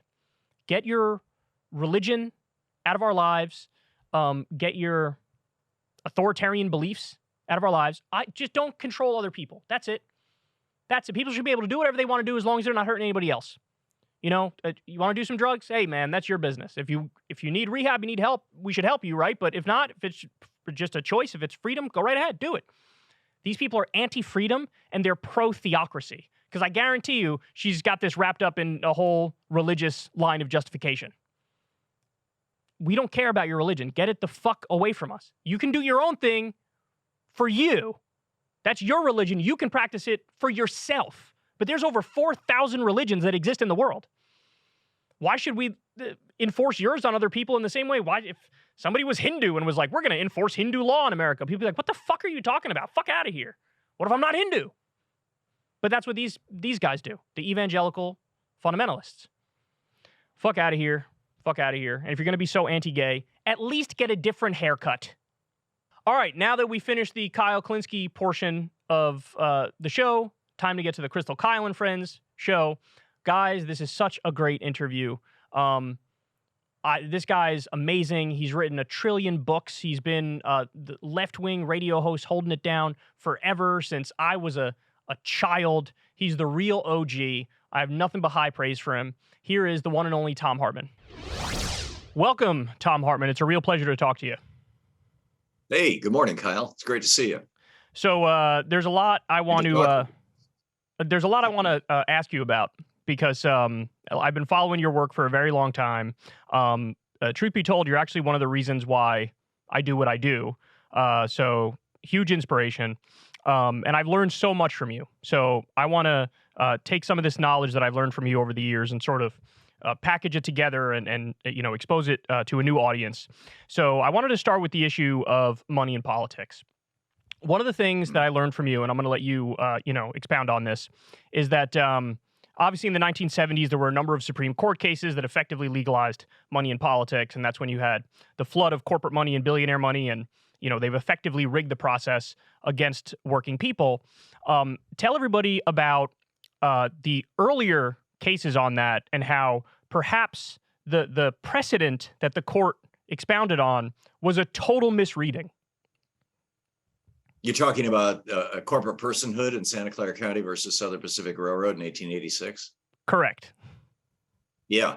This is an amazing case. The court itself has quoted itself saying that, back in 1886, we decided that corporations are persons. And, this is a very consequential decision. First of all, just to back up a little bit and define terms, corporate personhood, the idea of personhood actually has sort of a legitimate basis. And that is that, you and I are obviously persons, and therefore we can enter into contracts and we have to pay taxes, and the government can, give us a social security number, and, so that we can pay taxes and participate. We can sign contracts, stuff like that.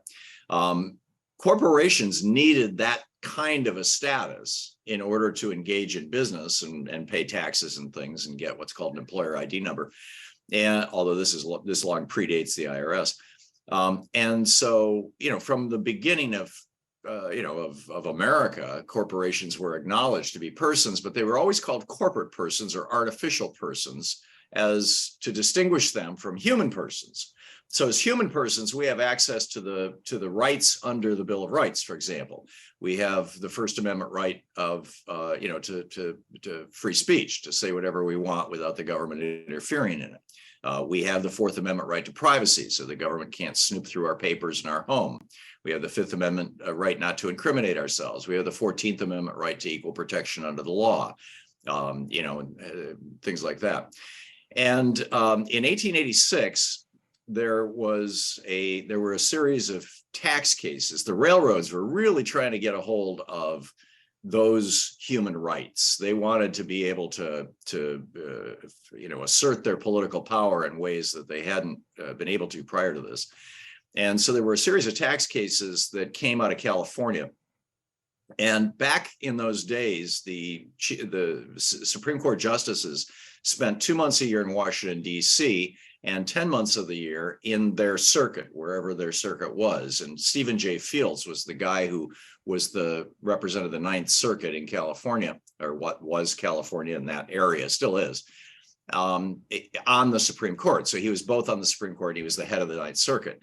And he was being bribed by the head of several of the railroads, specifically in this case, the Santa Clara, the Southern Pacific Railroad. And the bribe was, and I don't think anybody knew this historically until we dug this up back in 2003, I think, when I was writing Unequal Protection, or maybe 2001.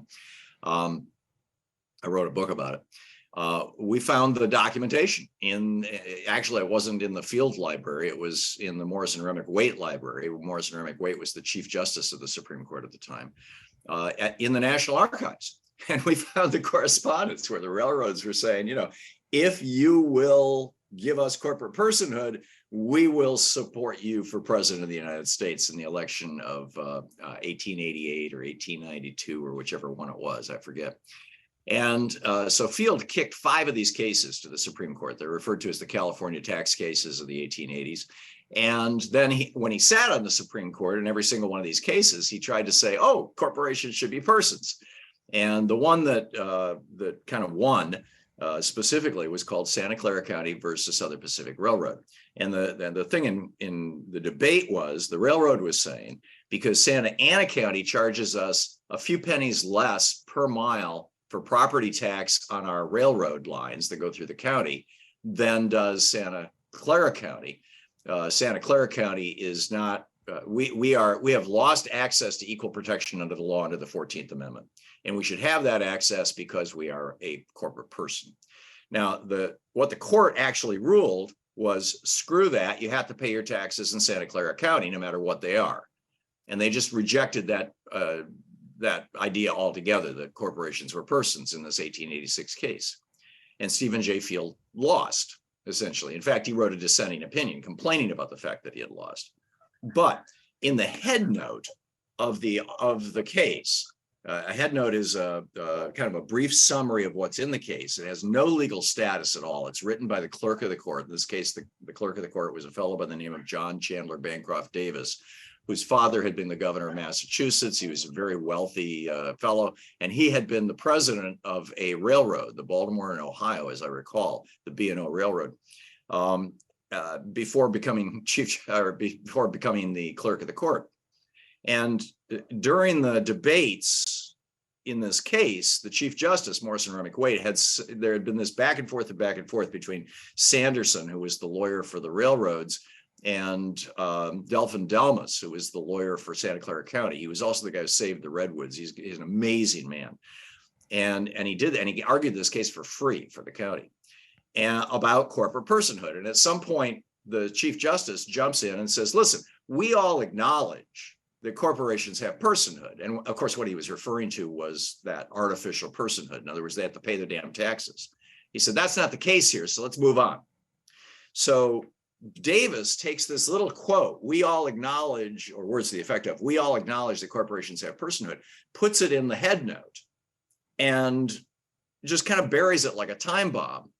Nobody paid any attention to this in 1886. By 1887, the next year, people were starting to notice it, this thing in the head note, which prompted Grover Cleveland, who was the president of the United States at the time, in his 1887 address to Congress, his annual State of the Union address, to say, and this is a quote from memory, so it's not quite exactly right, but it's damn close, to say, corporations should be the carefully restrained servants of the people, but they have become the people's master.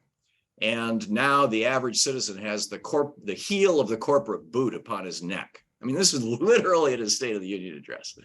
And, within 10 years, the Supreme Court, quoting the head note, not the decision, which the railroads lost, but quoting the head note, which implied that the railroads had won, the Supreme Court started asserting that corporations have personhood rights. And so since then, the case that we started this conversation with, 1976, the Buckley versus Vallejo case, which wasn't about corporate personhood, but it was about money being speech. In that case, they said, when a billionaire buys a politician, that's not bribery any longer. It was bribery from the beginning of the Republic right up until 1976.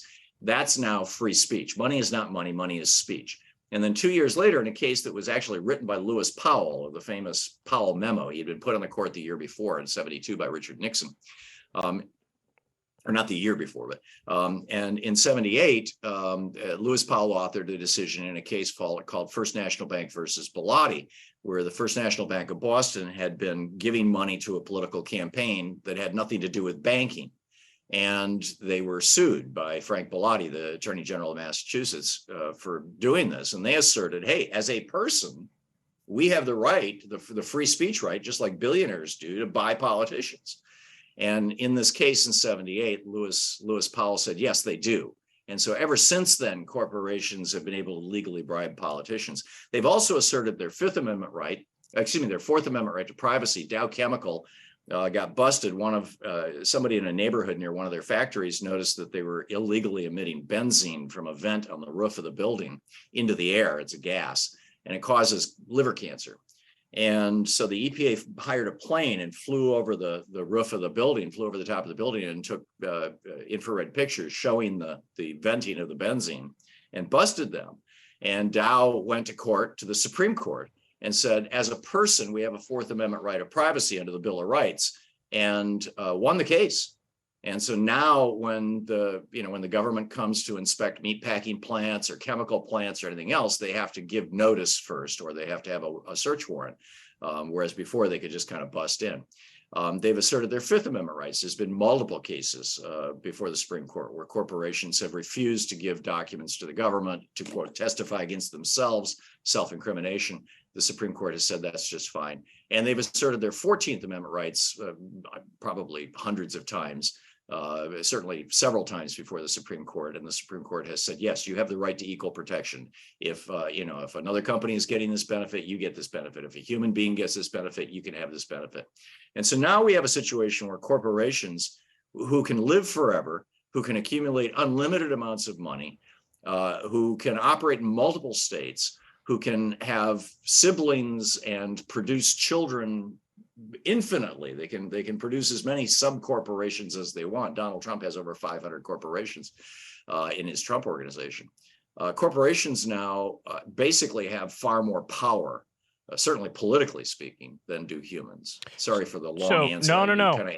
I love it. Told you how to build a watch, but I loved every word of it. That history is fascinating. So now explain for people, because my understanding, and again, I learned this from you, is that corporations couldn't always live forever. We used to have very strict, rigid laws that were enforced on corporations in a number of ways. So go ahead and expound on that. Yeah. And again, this is in my book, Unequal Protection, How Corporations Became Persons. If you want to get all the actual details of it, because I wrote that book over 20 years ago, and in any case,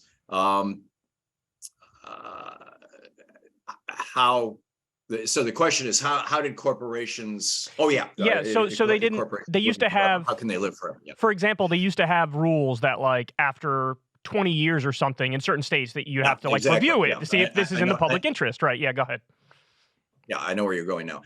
Corporations are incorporated at the state level rather than at the federal level. So, this has to do mostly with state laws. In fact, almost entirely exclusively with state laws. There are a couple of federal corporations. Amtrak, for example, is one, but they're weird hybrids. Corporations always originate in the states. That's one of the reasons they're not even mentioned in the Constitution. And, in the early years of the Republic, in the early 1800s, when the modern corporate form was kind of evolving and coming to be, states began heavily regulating corporations. Typically, you could incorporate for a maximum of 20 years. There were some states that allowed 30 years, and there was one or two states that allowed 40 years for the life of a corporation. And then at the end of that time, the corporation had to dissolve itself, and then you could create a new corporation to buy the assets of the old one. So it could kind of reincarnate. But there was an opportunity for the state to evaluate whether the corporation was operating in the public good. And this was one of the other provisions that was in virtually all of the incorporation laws in all the states, was that the corporation had to operate to the public benefit. That is the whole reason why a state would allow a corporation to exist. Excuse me.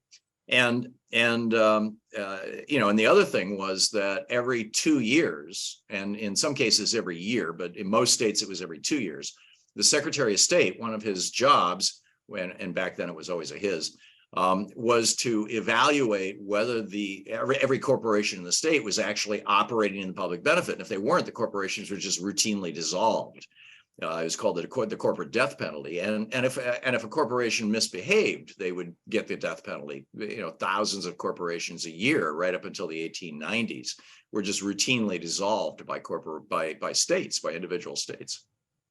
So, in the 1890s, what happened was John Rockefeller was running. He lived in Ohio, and he was running, and Ohio was kind of the center of the oil belt in the United States in the 1890s. We don't think of it as that anymore.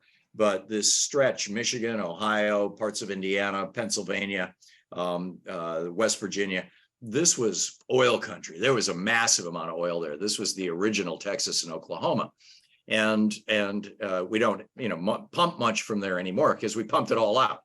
But Rockefeller was pumping oil like crazy, and he was cutting deals with the railroads to refuse to carry the oil or charge a higher price for carrying the oil to his small competitors, all these wildcatters, these small independent oil producers.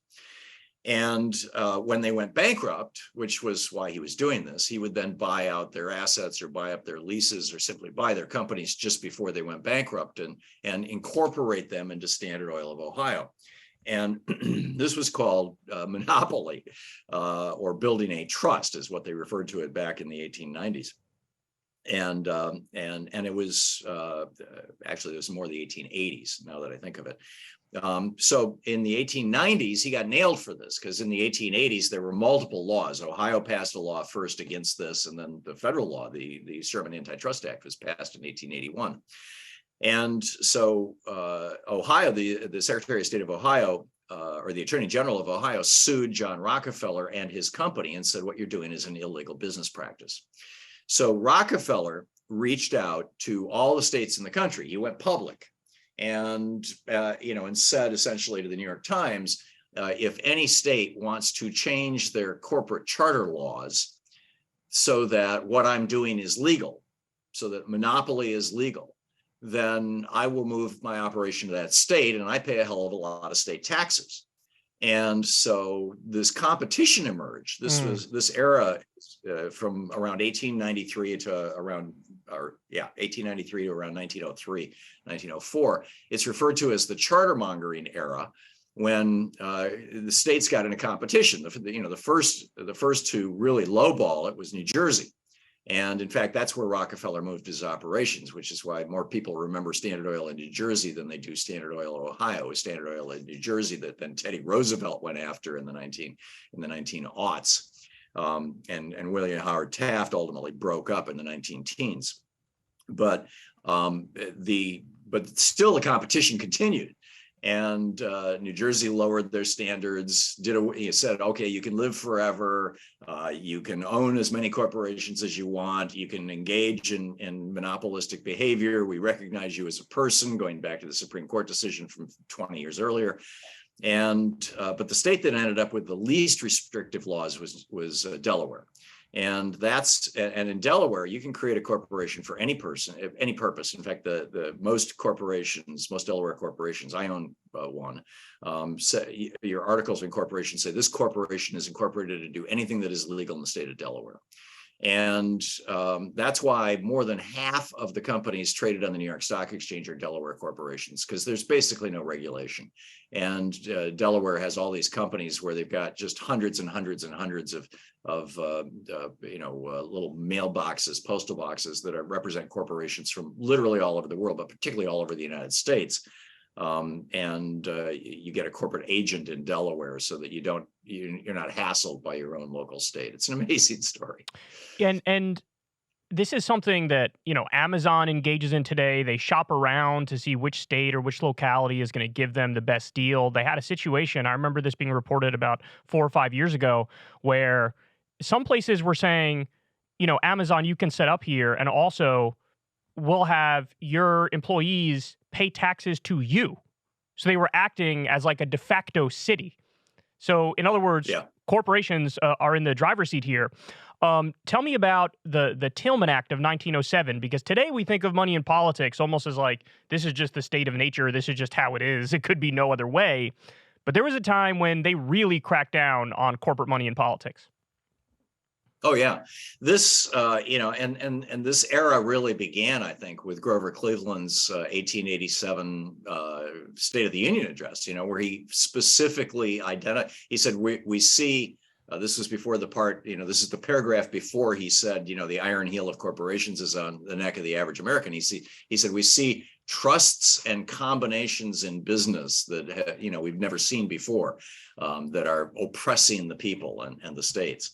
And this movement and people were, kind of pissed off about, Rockefeller and what he was doing. In fact, it's in the early 1900s, Rockefeller was trying to clean up his image. He would go out on the streets of New York and pass out shiny new dimes to the street urchins, call the press in.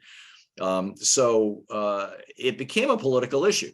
And in 1901, President McKinley died. He was assassinated, and his vice president, Teddy Roosevelt, became president, and both were Republicans. McKinley was not particularly a progressive, but Teddy Roosevelt was a genuine progressive, kind of a Bernie Sanders progressive. And he got on his high horse, kind of literally about this. He loved to ride horses, and said, "This is wrong. These corporations, the way that they're abusing workers, the way that they're abusing the people, and the fact that corporations are allowed to buy politicians. It's just wrong." And so he started, in fact, this was the cornerstone of his 1904 campaign for re-election as president, or for his first real election, because he had just come in as vice president, was that he was going to stop corporations from bribing politicians, because basically all across the country, federal, particularly federal, he wanted this to be a model for state laws. And a lot of states adopted this, by the way. In fact, most states adopted this within a couple of decades. But he pushed through the Tillman Act of 1907, which says that if a corporation or any agent of a corporation, an executive, a lawyer working on behalf of the corporation, what today we would call a lobbyist, if any person on behalf of any corporation gives any money or thing of value whatsoever to any candidate for federal office, they go to prison. And that law stood for a long, long time. I'm not sure if you're old enough to remember when Tom DeLay got busted down in Texas. He was Speaker of the House of Representatives, and he got busted in Texas for corruption. And it was because Texas had a law like that said it was illegal for corporations to give money directly to the campaigns of candidates for federal office. And Tom DeLay was a United States member of the House of Representatives. He was also Speaker of the House at the time. And he got busted under this Texas law. Most of those laws have now been eliminated. The Tillman Act was overturned by the Supreme Court I believe, in the 1978 First National Bank versus Bellotti case. And it's possible I'm wrong, and it might have been the Citizens United was what finally killed the Tillman Act. But I'm pretty sure it was First National Bank versus Bellotti. I'd have to go back and look it up. But it's no longer on the books. I mean, it's still on the books, but it's no longer enforceable. Right. And this is something that they're still building off this today, because I covered a story the other week about this new case that the Supreme Court is hearing. A top aide of Andrew Cuomo effectively took bribes and then delivered favors. But the Supreme Court justices, honestly, even the more liberal ones, were saying, well, when he took the bribe, he wasn't officially with Andrew Cuomo at the time. He had resigned, and then he had gotten back with him. And they said, well, since he wasn't acting as a government official in the time frame that he took the bribe, it looks like what they're about to decide is this: they're going to overthrow a corruption conviction that came out of Manhattan, which to me is just astonishing. So that leads to my next question, which is it your assertion that money in politics is like the key reason why we don't already have a thriving Scandinavian-style social democracy? Because when I look at the polls, I see that all these issues that we care about are through the roof. I mean, if you looked at Bernie's platform in 2016 or 2020 and you poll people on the individual issues, on virtually every one, people are like, I'm with Bernie. I want more unions. I want a higher minimum wage. I want to tax the wealthy more. I want universal health care. But then this doesn't seem to translate into our politicians serving us and getting these things through. So is the main thing that's blocking us basically the structural impact of money in politics? Yeah, and we don't want our community to be polluted, and we would like the precautionary principle in the United States, like Europe has, where before you put a chemical in our food supply or in the packaging for our food or even baby food, you've got to prove that it's safe. Right now, the United States is the outlier.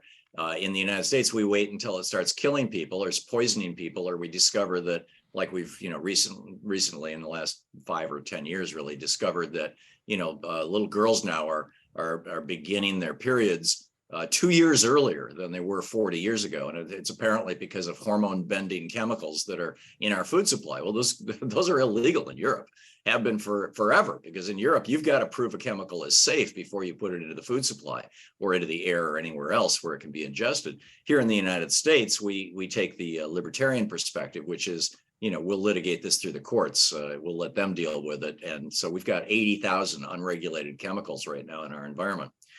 So there's this whole spectrum of law. I mean, all the things that you mentioned, Kyle, and these, really serious impacting our lives laws that people generally, if you ask them about, yes, I'd like a clean environment. Yes, I'd like safe cars. Yes, I would like, et cetera. But in some cases, it's right-wing billionaires or just wealthy people who want to maintain their status. They want to keep their taxes low. That's another thing. If you ask people about, should billionaires be paying a higher tax rate? Up until from the 1930s, from the Roosevelt administration until the 1980s, until the Reagan administration, we had a top tax rate that ran between 91% and 74%. It was 91% up until 1967, and then Lyndon Johnson dropped it down to 74%. But he actually, in the process, raised the amount of tax that rich people were paying, the morbidly rich, because he closed up so many tax loopholes. And so when Reagan came in, it was 74%, and he dropped it down to 25%, and then it bounced back up to 27% the next year. All of these things, whether it's taxing wealthy people so that we could use that money to fund a national healthcare system, or give kids free college education, or whether it's simply laws that would do those things, right across the board, the thing that keeps blowing up legislation. Even right now, for example, Gigi Sohn, Joe Biden wants to put her on the Federal Communications Commission, and she will be the vote that will bring back net neutrality. Right now, your internet service provider can spy on everything you do. They can monitor every website you visit. They know how long you were on that website. They can track every keystroke you type. They can read every one of your emails, and they do. And they take this information and they sell it to the highest bidder. And, that used to be illegal. But when Donald Trump came into office in 2017, the ISP corporations came in and started pouring money into his pockets and into the pockets of the Republican Party. And they overturned net neutrality. And so Gigi Sohn wants to get on the FCC and bring back net neutrality. And Joe Biden wants it to happen. And, it's in the Senate Commerce Committee, and it's got a week or two to come out. Whether her nomination is going to be approved or not by the Senate. And every single Republican on the committee is saying no. And what we're waiting for, Kyrsten Sinema is on the committee, and we're waiting to see what she's going to say, because it's got to get out of committee before it can get to the floor of the Senate. And the telecom companies, Comcast specifically, has hired a former colleague from the state legislature in Arizona of Kyrsten Sinema's, and Joe Manchin's former chief of staff to lobby these people. I mean, again, it's money in politics, right? And, so it may well be, in fact, in all probability, ISPs will continue to spy on us. And if you don't want to get spied on, you're going to have to buy a VPN. I mean, there are ways around it, but it's a pain in the ass to keep from being spied on by corporations. That's just one small example. Yeah. So let me ask you this, Thom, because this is a debate that Krystal and I have pretty often. There is some evidence of basically the neoliberal era coming to an end. So, for example, you have Joe Biden doing his student debt reduction. Now, that's been blocked by right-wing courts, but, there was an effort there. Hey, I'm going to reduce student loan debt. We now have a 15% corporate minimum tax rate as part of the Inflation Reduction Act. We're actually onshoring 350,000 jobs, which is the first time in my lifetime that we're actually onshoring jobs and not offshoring jobs. There's now a 1% tax on stock buybacks. The IRA lowered some prescription drug prices for seniors. So I could sit here and go through a number of things that are, materially improving people's lives. But, my take on it is I think what we're seeing is like the left flank of neoliberalism still. I'm not sure we can do a clean break from neoliberalism, particularly because of these structural factors that we've been talking about this entire interview so far. I think that as long as you have the money in politics, the best you can hope for is kind of like just a reasonable status quo manager who does some tweaks around the edges to improve people's lives. Do you agree with me on that, or are you more in the Krystal camp where she says, almost as a matter of necessity, we're coming to the end of the neoliberal era? Because if they don't end the neoliberal era, then, you're going to have bodies in the streets, you're going to have mass movements, you're going to have social upheaval. And so her perspective is, you could even argue from a national security perspective, we're going to come out of the neoliberal era because, you have the rise of China and we're sort of lagging behind and we're decrepit and rotten from within. So who do you think is correct there? I think you both are, actually. I mean, first, let's, for people who are watching and don't know what we're talking about when we throw around the word neoliberalism, let's very quickly define it. Neoliberalism was a political and economic theory that was developed in the 1940s in Europe by most famously von Mises, von Hayek, and Milton Friedman. And it argues that the marketplace should make all decisions, basically, rather than politicians or bureaucrats. That government should not be involved in regulating the activity of businesses. That should be the result of businesses having their hands slapped in court lawsuits by the people. Labor unions should not exist. There should be this thing called free trade, which really means corporations should be free to search the world for the cheapest possible labor. We need to end the social safety net, get rid of Social Security, Medicare, privatize all those things, do away with food stamps, stuff like that. Cut taxes on the very wealthy and on corporations down to virtually nothing, because they are the productive ones. They're the makers, not the takers. And that monopolies are not a bad thing, that monopolies are actually a sign that the marketplace is working. That's neoliberalism. And you're absolutely right. Joe Biden is the first Democrat since Jimmy Carter. And Jimmy Carter was, in the last year of his presidency, actually starting to embrace neoliberalism. This became a thing in a big way in the world in 1978 with the election of Margaret Thatcher as Prime Minister of the UK. And then, of course, Ronald Reagan came in 1980 and made it essentially the official policy of the United States. And now it's gone all around the world. Frankly, neoliberalism has captured governments all over the world. It's captured the government of South Africa. It's captured the government of India. It's captured the government of the Philippines. And in most cases, what it does is it leads those governments to become essentially corrupt and ultimately pseudo-fascistic. And excuse me. And I'm of the opinion that Biden and most of the Democrats across the board are preparing to say, or are saying, enough already. This is not good for democracy. It's not good for America. We're going to stop embracing this policy, and we're going to start walking back from it. It is happening slowly, and but I don't think I think it's inexorable. I don't think that they're going to be able to stop this pullback from neoliberalism, because the neoliberalism experiment, the logical endpoint of it was the Trump presidency. And increasingly Americans are realizing that they don't want that.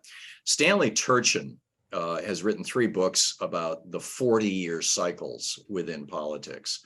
And Strauss and Howe wrote a brilliant book called The Fourth Turning about an 80-year cycle in politics.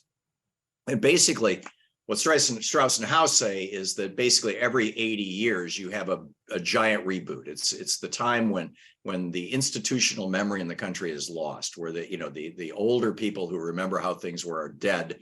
And so we make all the same mistakes all over again. And so 80 years ago we had the Great Depression and World War II. 80 years before that we had the Panic of 1856, which was the result of deregulation of banks, and that Andrew Jackson had started, and the Civil War. 80 years before that, you had the Panic of 1771, followed by the American Revolution. 80 years before that, there was another one. And that's in Strauss and Howe's book. But then Turchin comes along and he says, within that 80-year block, there's 2 cycles. There's a swing to the right and then a swing to the left, or a swing to the left and then a swing to the right, depending on where you start your calculations. And everything I can see indicates that they're both absolutely right, that we are coming to the end of an 80-year cycle that typically ends with an economic crisis and a world war, which is not good news, but maybe we can be the first time in 4 cycles here that breaks that. I don't know. We'll see. Russia doesn't look like they're making it easy, nor does China with Taiwan. And whether or not there'll be an economic crash, or whether we can get through this. But I think that the 40-year cycle of conservatism that started with the election of Ronald Reagan in 1980, I think that cycle, that Turchin cycle, has come to an end. And we are now entering a progressive era. We're leaving neoliberalism behind. And I think that's a good thing. I just don't think it's going to happen like that. But I think that if we can get through the 2024 presidential election without going fascist, that the future actually, politically speaking, I realize we've got massive challenges with regard to our climate, but the future politically, I think, is going to look really good. Yeah, see, Thom, that's what I fear. It's the fake populism of the right that Trump harnessed in 2016 and that DeSantis is potentially set up to harness moving forward from now. I fear that, when you have such degradation in society that, you're either going to go the far right route or you're going to go Bernie Sanders style social democracy. And, I just see little things every now and then that scare me because, in many ways, I feel like the Democrats aren't up to the moment. So, like, for example, what happened recently with this potential railroad strike where, Biden stepped in, he negotiated a temporary deal, but then the unions rejected it. And then Congress sort of forced this deal onto unions and they did a separate bill for 7 days paid sick leave. And I look at that and, everybody's saying the same thing. Why wouldn't you put the 7-day sick leave in the bill so that it's a must pass? Because then you have your leverage. Or just don't do anything and then let the railroad workers go on strike to try to get more paid time off. And so when you see, and to be fair to Biden, I see him doing things on both sides of this equation. I think he's certainly more progressive than Obama was in terms of how he governs, way more progressive than Bill Clinton. But then every now and then I see like he flat out sided with management in that railroad strike. And I think the more you see Democrats do that kind of stuff, that's what could lead to the rise of what I call the fake populist right. Do you agree with that assessment? More or less, yeah. I think there's two separate issues there, and one is kind of the Trump's harnessing populism, and the other is the railroad agreement. I mean, the management didn't want this agreement as it is either. My nephew is a railroad worker. So I've been kind of hearing this from the inside. He's very active with the unions, and we had the president, in fact, of his union on my program. And, management is unhappy about the fact that they're having to give a pretty substantial pay raise to all these people. But the seven sick days is just, absurd that wasn't in there. So yeah, I'm agreeing with you that we're still in a neoliberal era. We're kind of slowly crawling out of this hole, but all the structural stuff is still there. The railroads can still buy off members of Congress, as they clearly did in this case. Yeah. And the danger of the fake populism, though, I think is the larger issue that you raised, Kyle, and that's the one that, had you asked me this question in 2020 or in 2019, when I actually in 2020 was when I wrote and published the hidden history of American oligarchy, and which is a warning against Trump and Trumpism and the rise of the right in the United States. And I was actually starting to get quite pessimistic. I was still very hopeful. And part of what gave me hope was, reading the histories of the Turchin and Strauss and Howe wrote. But and I was seeing a lot of evidence of it. I mean, Bernie, I think America was ready to end neoliberalism in 2016, certainly with the Bernie candidacy. And they thought that Trump was going to end neoliberalism. He campaigned against it. He said he was going to strengthen unions. He was going to give everybody health care that was going to be cheaper than Obamacare and better. He was going to give everybody free college, where he was going to improve our schools. He was going to raise taxes on the rich so much that his rich friends wouldn't talk to him anymore. He was going to bring home our jobs. I mean, all of those things were lies, but people voted for them. And that was kind of the bad news. But I think the good news is that, and we're seeing this now politically, is that to a large extent, people realize that those were all lies. Now, there are still many politicians who are running on fake populism. Most of your statewide candidates, your senators, your Republican senators are still running on fake populism. But I think it's running out of steam, frankly. So I'm not quite as worried that this is the end of liberal democracy. I agree with that point because you see like the Trump-backed candidates did the worst. You had generic Republicans who did better in the previous election compared to the ones that are in the Trump model. So let me ask you this, because you just taught me this recently, and I had one of those light bulb moments when I heard you talking about it, because I was like, how did I not know this until this point? right? Like, I'm a guy with a political science degree. I've been doing this since 2012, and I didn't know this. Court stripping. So this is something I don't look, I think my audience is relatively educated. I don't think they know what this is. So talk a little bit about court stripping, because I thought when I heard you discuss this, I thought, well, hold on now. That's the ticket. Like, that's the thing that we need in order to sort of dig out of the hole that we're in. Yeah. Article 3 of the United States Constitution. I'm looking around here for my little pocket constitution, but my desk is such a mess, I don't remember where it is. Article 3 of the U.S. Constitution, it defines the courts. When they put together the Constitution, there's this myth that we teach in civics, in fact, that we have three co-equal branches of government. They are not co-equal. They were not designed to be co-equal. Nobody ever talked about them being co-equal in the Constitutional Convention of 1787 in Philadelphia. It's a myth.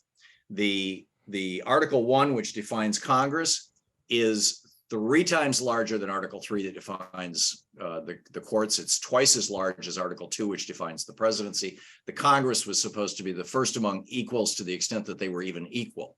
And Article 3, which gives Congress the power to create the court system.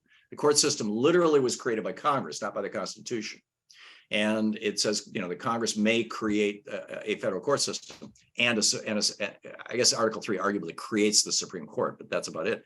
Article 3 says that the Supreme Court Section 2 of Article 3 says that the Supreme Court shall operate under regulations defined by Congress and within the constraint of exceptions defined by Congress.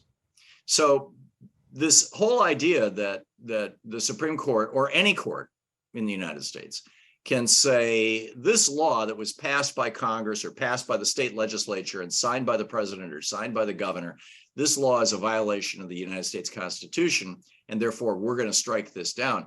That power is not found in the Constitution. It's called judicial review. And there was a debate about it at the convention, and you can read that debate in James Madison's notes. But there was no conclusion other than that we're not going to explicitly put judicial review into the Constitution, which actually is a conclusion. It's not there. Right. So the court was, the court has 2 jurisdictions that are defined in Article 3, Section 2. The first is they're the first place where you go if you've got a debate between the states or between the federal government and a foreign country. And then the second thing that they do is they're the court of last resort. The buck has to stop someplace. So they're what's called the court of final appeals. So, you sue me, I win, you win, and then I appeal that to a higher court, and you win, and then you appeal, and then and we just keep going back and forth until finally it hits the Supreme Court. The Supreme Court makes a final decision. In fact, the court was it was often referred to in the late 1700s as the chickens and dogs court, because so many cases, America was so rural back then, so many cases had to do with, dogs killing neighbors' chickens. Not literally, but, those kind of things. Actually, right, there were some literal cases. But in 1803, John Marshall, who was Thomas Jefferson's third cousin and bitter enemy, who John Adams put on the court a week before Adams had to turn the keys over to Jefferson in March of 1801. And he did it just to piss off Jefferson. They hadn't spoken for 2 years, even though Jefferson was vice president at the time. So in 1803, President Jefferson is president, and John Marshall is the head of the Supreme Court. And in this case, Marbury versus Madison, they struck down part of the Judiciary Act of 1797, as I recall, or 1793, I forget, that in part created the federal court system. And Jefferson went nuts.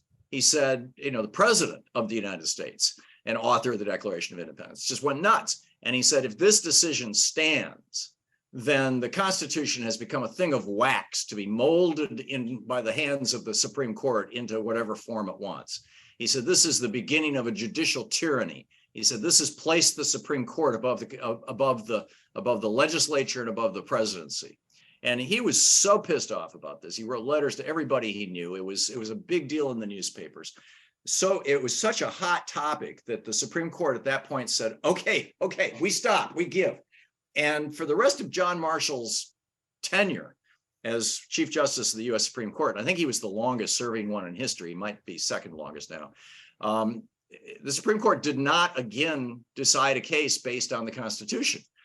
They just didn't do it until 1856. This was the second time that they did. I mean, there were some smaller cases that had to do with the Constitution, but in 1856, they argued that the Second National Bank was constitutional, and Andrew Jackson just said, "Screw you guys, I'm going to shut it down anyway."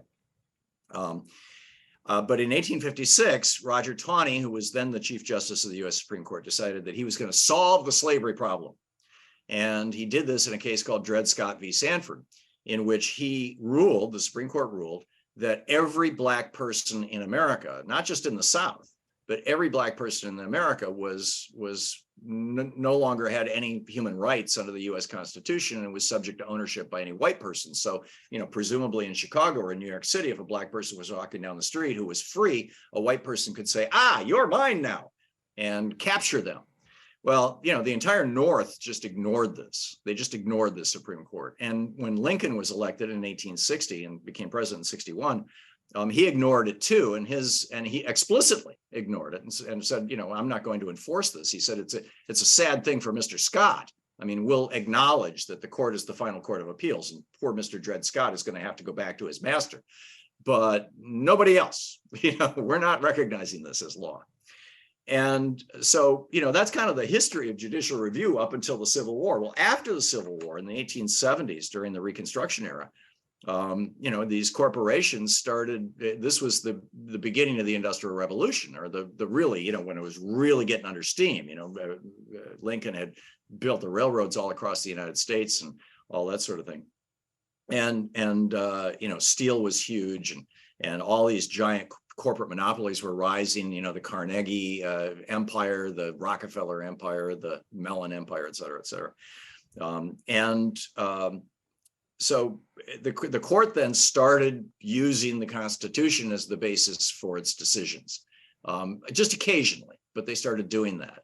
And by the turn of the century, by 1900, they were doing it more and more frequently. And by really the 1930s, by the 1920s, the slaughterhouse cases, that was the 19-teens, as I recall, in the 1920s and the 1930s, they started doing it regularly. And they were using the Constitution to strike down Franklin Roosevelt's New Deal, which led to a whole nother conflict that we can discuss if you'd like. But to wrap this story up, in 1981, when Reagan became president, he hired a young lawyer, a young hotshot lawyer, into the Justice Department to figure out how to overturn Brown versus Board of Education, the 1954 decision that ended segregated schools, and Roe v. Wade, the 1973 decision. And that young lawyer spent a year examining all this history and going back and literally reading the Constitutional Convention and reading the Federalist Papers and getting into Thomas Jefferson's head. And he wrote this 27-page memo in which he said, all Congress has to do is write a law that says, under Article 3, Section 2, we are going to say that segregated schools are legal in the United States and that abortion is illegal in the United States, and the Supreme Court may not rule on these issues. We're going to strip the court of its jurisdiction to make constitutional decisions like this. And he submitted that to Reagan. Reagan, looked it over. The Republicans looked it over. There was a big debate in the GOP about it, and over 30 bills, as I recall. I think ultimately it was over 100 during Reagan's presidency, but just in that one year, 1981, there were over 30 bills submitted by Republicans in the House of Representatives that contained court stripping language that said, we want to do this, and the Supreme Court can't look over our shoulders. They cannot rule on this. None of them, actually, one or two of them passed into law, but the court stripping provisions were never used. And Reagan ultimately decided that it was a political battle he probably wouldn't win. But that young lawyer then went on to bigger and better things. In 2000, when Bush, lost to Al Gore down in Florida, or it looked like he was going to lose with a recount, that lawyer went down to Florida along with another lawyer by the name of Brett Kavanaugh. That lawyer went down to Florida to help out the Bush campaign to figure out, to stop to figure out how best to get the Supreme Court to stop the election and to stop the recount, and was successful. And that lawyer's name is John Roberts, and he's now the Chief Justice of the U.S. Supreme Court. Yeah. Wow. That's amazing. And it's It's an incredible story. it is. It really is. And it's also just astonishing to me that this is something that hasn't been brought up in modern political debate. Like, right wingers are real familiar with this, Kyle. Back, my dad was a Republican activist and took me to a John Birch Society meeting when I was 13, like in 1960, what it would have been 1965. And the JBS was all over this. The Republican Party, there was a lot of talk in the Republican Party about using court stripping to overturn Brown. They wanted to use it against Brown versus Board of Education. And you had all these boards around the country, impeach Earl Warren. It was a thing, but Democrats never really paid attention to it. And you know what? It's exactly what the left needs. Because the thing that I fear, I believe so. Everybody on the left fears, like, even if we had, say, a Bernie Sanders presidency and he's, passing phenomenal legislation and doing great executive orders, the idea that you could just run into a brick wall because this effectively authoritarian body says, I declare you're not allowed to do this because this doesn't compart with the supreme law of the land, the Constitution. It's a death knell for democracy. Yeah, I was amazed when I was writing The Hidden History of the Supreme Court, and I was researching judicial review, and I don't even remember exactly what it was that led me to it, but I discovered this 27-page report that John Roberts wrote for Ronald Reagan that I don't think anybody had ever seen before. It's just amazing, and so I quote from it extensively in my book. Because he just laid it out. He laid out the whole argument. Yeah. It's pretty amazing. Yeah. All right. So, Thom, one more question for you. And I know we could end up going on this for an hour, but I think this is some history that it's super important for the audience to know. And by the way, everybody who's listening to this, you have to go get all of the Hidden History books. I think I listened to the audiobook of all of them. I may have missed one. I'm not sure, but they're such phenomenal books. It's just packed full of historical knowledge that everybody needs to know. I give it my highest endorsement possible. So definitely go buy Thom Hartmann's books, Hidden History books, Hidden History of Oligarchy, Monopolies, Neoliberalism, the Second Amendment. There's just amazing stuff. So yeah, there you go. And that's exactly what I was going to ask about now, Thom, is so a lot of people, when you talk about the Second Amendment, even people on the left have this assumption that like, oh, well, the whole point of that is so the population can rise up to stop a tyrannical government if need be. This is like the default assumption. Excuse me, I missed a word there. When you talk about what? When you talk about the Second Amendment, a lot of people think... Oh, the Second Amendment. Okay, yeah. I'm sorry. Yeah, go for it. A lot of people think it's just their default assumption that, it's just to stop a tyrannical government from going crazy. You need to have the population armed to keep a check on that. But when you look at the history of the Second Amendment, that's just not true at all. It's like a modern myth that's spread like a virus through the population. So tell everybody what the founders were debating with the Second Amendment and like what the purpose of it really was. Yeah. First of all, up until the 1970s, nobody had ever, that I can find, suggested, no serious person, no actual, like elected politician or serious thinker had ever suggested that an armed populace will prevent a tyrannical government. It just, it was never part of the dialogue.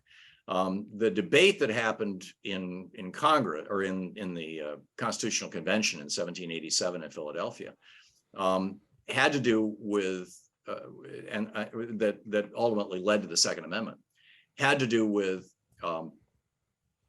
whether a standing army was a threat to a nation.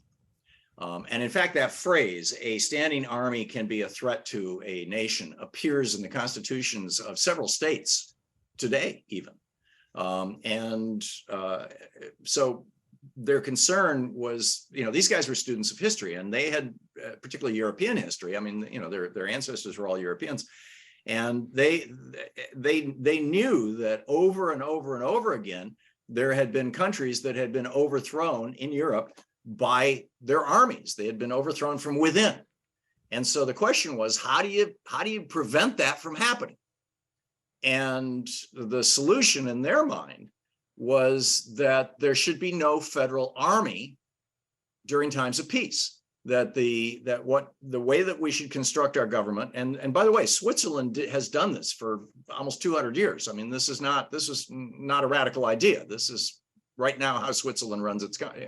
They've kind of gotten away from it in the last 3 decades, but and so their solution was that each state would have a militia that would be under the control of the governor of the state, and that the militia would regularly train and all that kind of stuff, and that if the United States was invaded, that those militias would then be activated by the president. And the ability, by the way, of the president to call up the militia is in the Constitution, not just the Second Amendment. It's in the body of the Constitution itself. And that power, then that would be the army. And the founders were really fond of this idea, particularly Jefferson. He was all over this, so much so that after the Revolutionary War, when the Revolutionary War basically ended in the mid 1780s. There is a specific date, but it kind of, in any case, by 1801, when Jefferson became president, there were still 300,000 men in the United States Army, and Jefferson cut that down to around 6,000, and as a way of saying, we don't think that we should have an army during time of peace. And that was what the Second Amendment was all about, was to facilitate the creation of these state militias. The other thing that made its way into the Constitution, and you'll find this in Article 1, Section 8 of the Constitution, was they wanted Congress to be forced every 2 years to decide whether America would continue to have a standing army during time of peace. And so this is why the NDAA, the National Defense Authorization Act, basically the funding of the Pentagon, this is why it's such a big deal every 2 years, is because it's literally the only thing in the Constitution where the Constitution says Congress must decide every 2 years whether to continue to have this. And so if Congress does not fund the Pentagon every 2 years, it ceases to exist. I mean, not literally, because it's got so much institutional inertia, but legally, and or at least with regard to funding.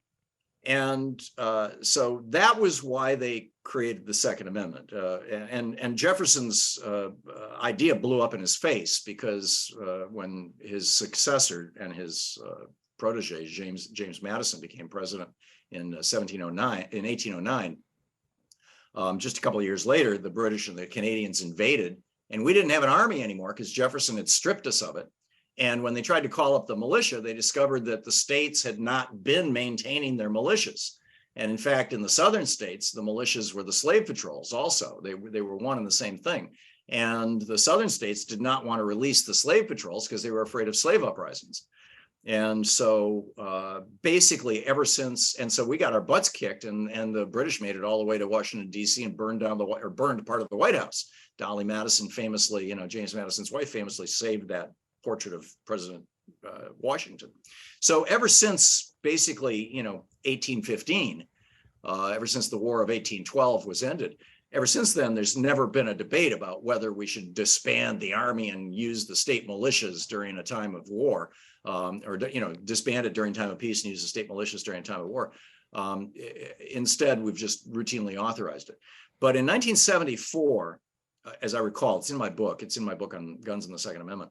A high school student wrote an article that got published in The Rifleman, which was the NRA's publication. And this was before the NRA was taken over by the right-wing crazies. That happened about half a decade later, in which he argued that everybody in America should have a gun in order to stop the rise of an oppressive, a communist government.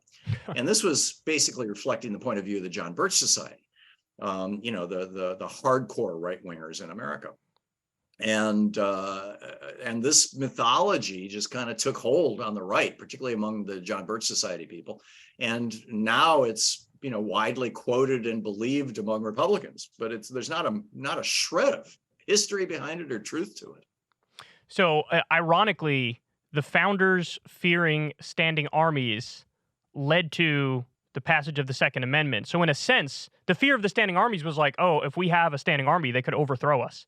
So in a sense, it's like Right. the Second Amendment is the exact opposite of what the thought of what it is today, right? Like That's correct. And right. It's amazing. And it's not ambiguous. Right. It's not ambiguous. Yeah. I mean, you can read it in the debates in the constitutional record, that James Madison kept. It's just amazing that when the Heller decision came down, Scalia had to, he wanted to make it sound like he was channeling the founders. He couldn't. There's nothing in Heller from the founders. He Wow. found this old tract that an anti-federalist had published in the 1780s against the Constitution, and an anti-federalist, in 1789, the Constitution was ratified, and there was this big debate that lasted 2 years about whether we should ratify the Constitution. And he found this tract that this guy in Pennsylvania, some obscure Pennsylvania legislator, had written, saying that people should have guns in case the government becomes oppressive. This was like the only place he could find it, was this one obscure guy who nobody even remembers his name. I don't remember his name. And I wrote the book about it. and he quotes him in the Heller decision and says, yes, this is one of the founders. This is the founding generation. It's complete BS. Yeah. Yeah. Well, Thom, this was a real pleasure talking to you. Like I said, over the years, you've inspired me many times over. I've learned so much from you. Tell everybody where they can find you. I listen to your show on YouTube, and sometimes when I'm driving, I'll listen on Sirius XM Progress as well. So tell everybody where they can find you and what you're up to now. Well, I do a radio and television program every day, and you can find all the information and all the stations at thomhartmann.com. And I publish every day, or 5 days a week, a free newsletter. It's at hartmannreport.com, where I just write an op-ed about the topic of the day. And that's, the vast majority, well over 90% of all the people who subscribe to the free edition. There's also a weekend thing that, paid subscribers can get that's more of a news commentary. And I'm working on the last book in the Hidden History series, which is going to be the Hidden History of Democracy.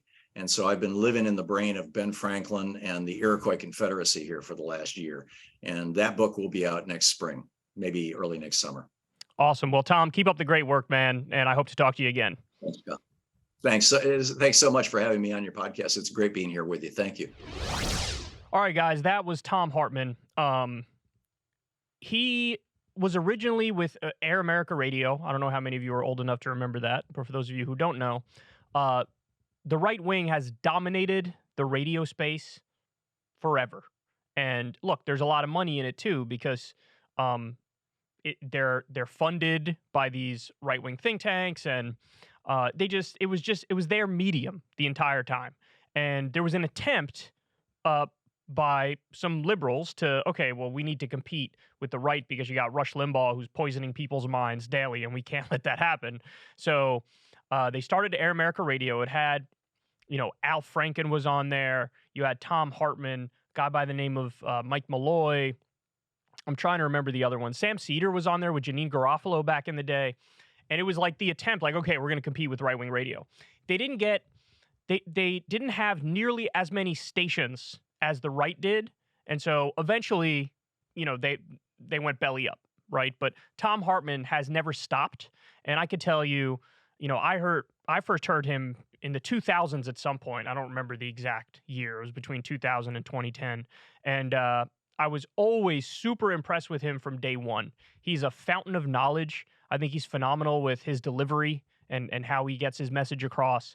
And ever since then, to this day, I've been following him. So like I said, I watch his show on YouTube quite a bit. If it's not on YouTube, I'm driving and I'll turn on Sirius XM Radio, which is channel 127, and I'll listen every day from 12 in the afternoon Eastern time to 3.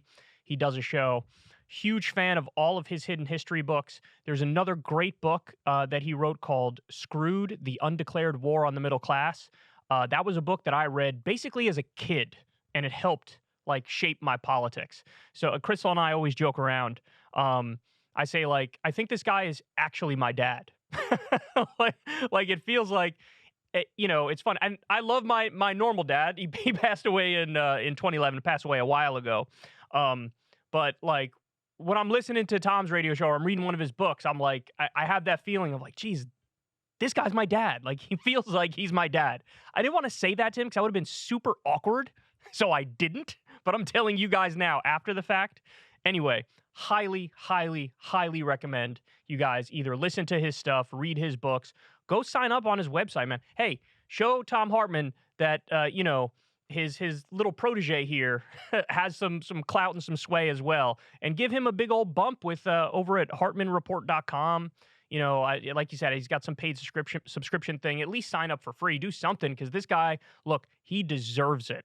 And his numbers on YouTube are not phenomenal, but that's not a him problem. That's an everybody else problem. It's like, oh my God, you guys haven't found the diamond in the rough yet. Here he is.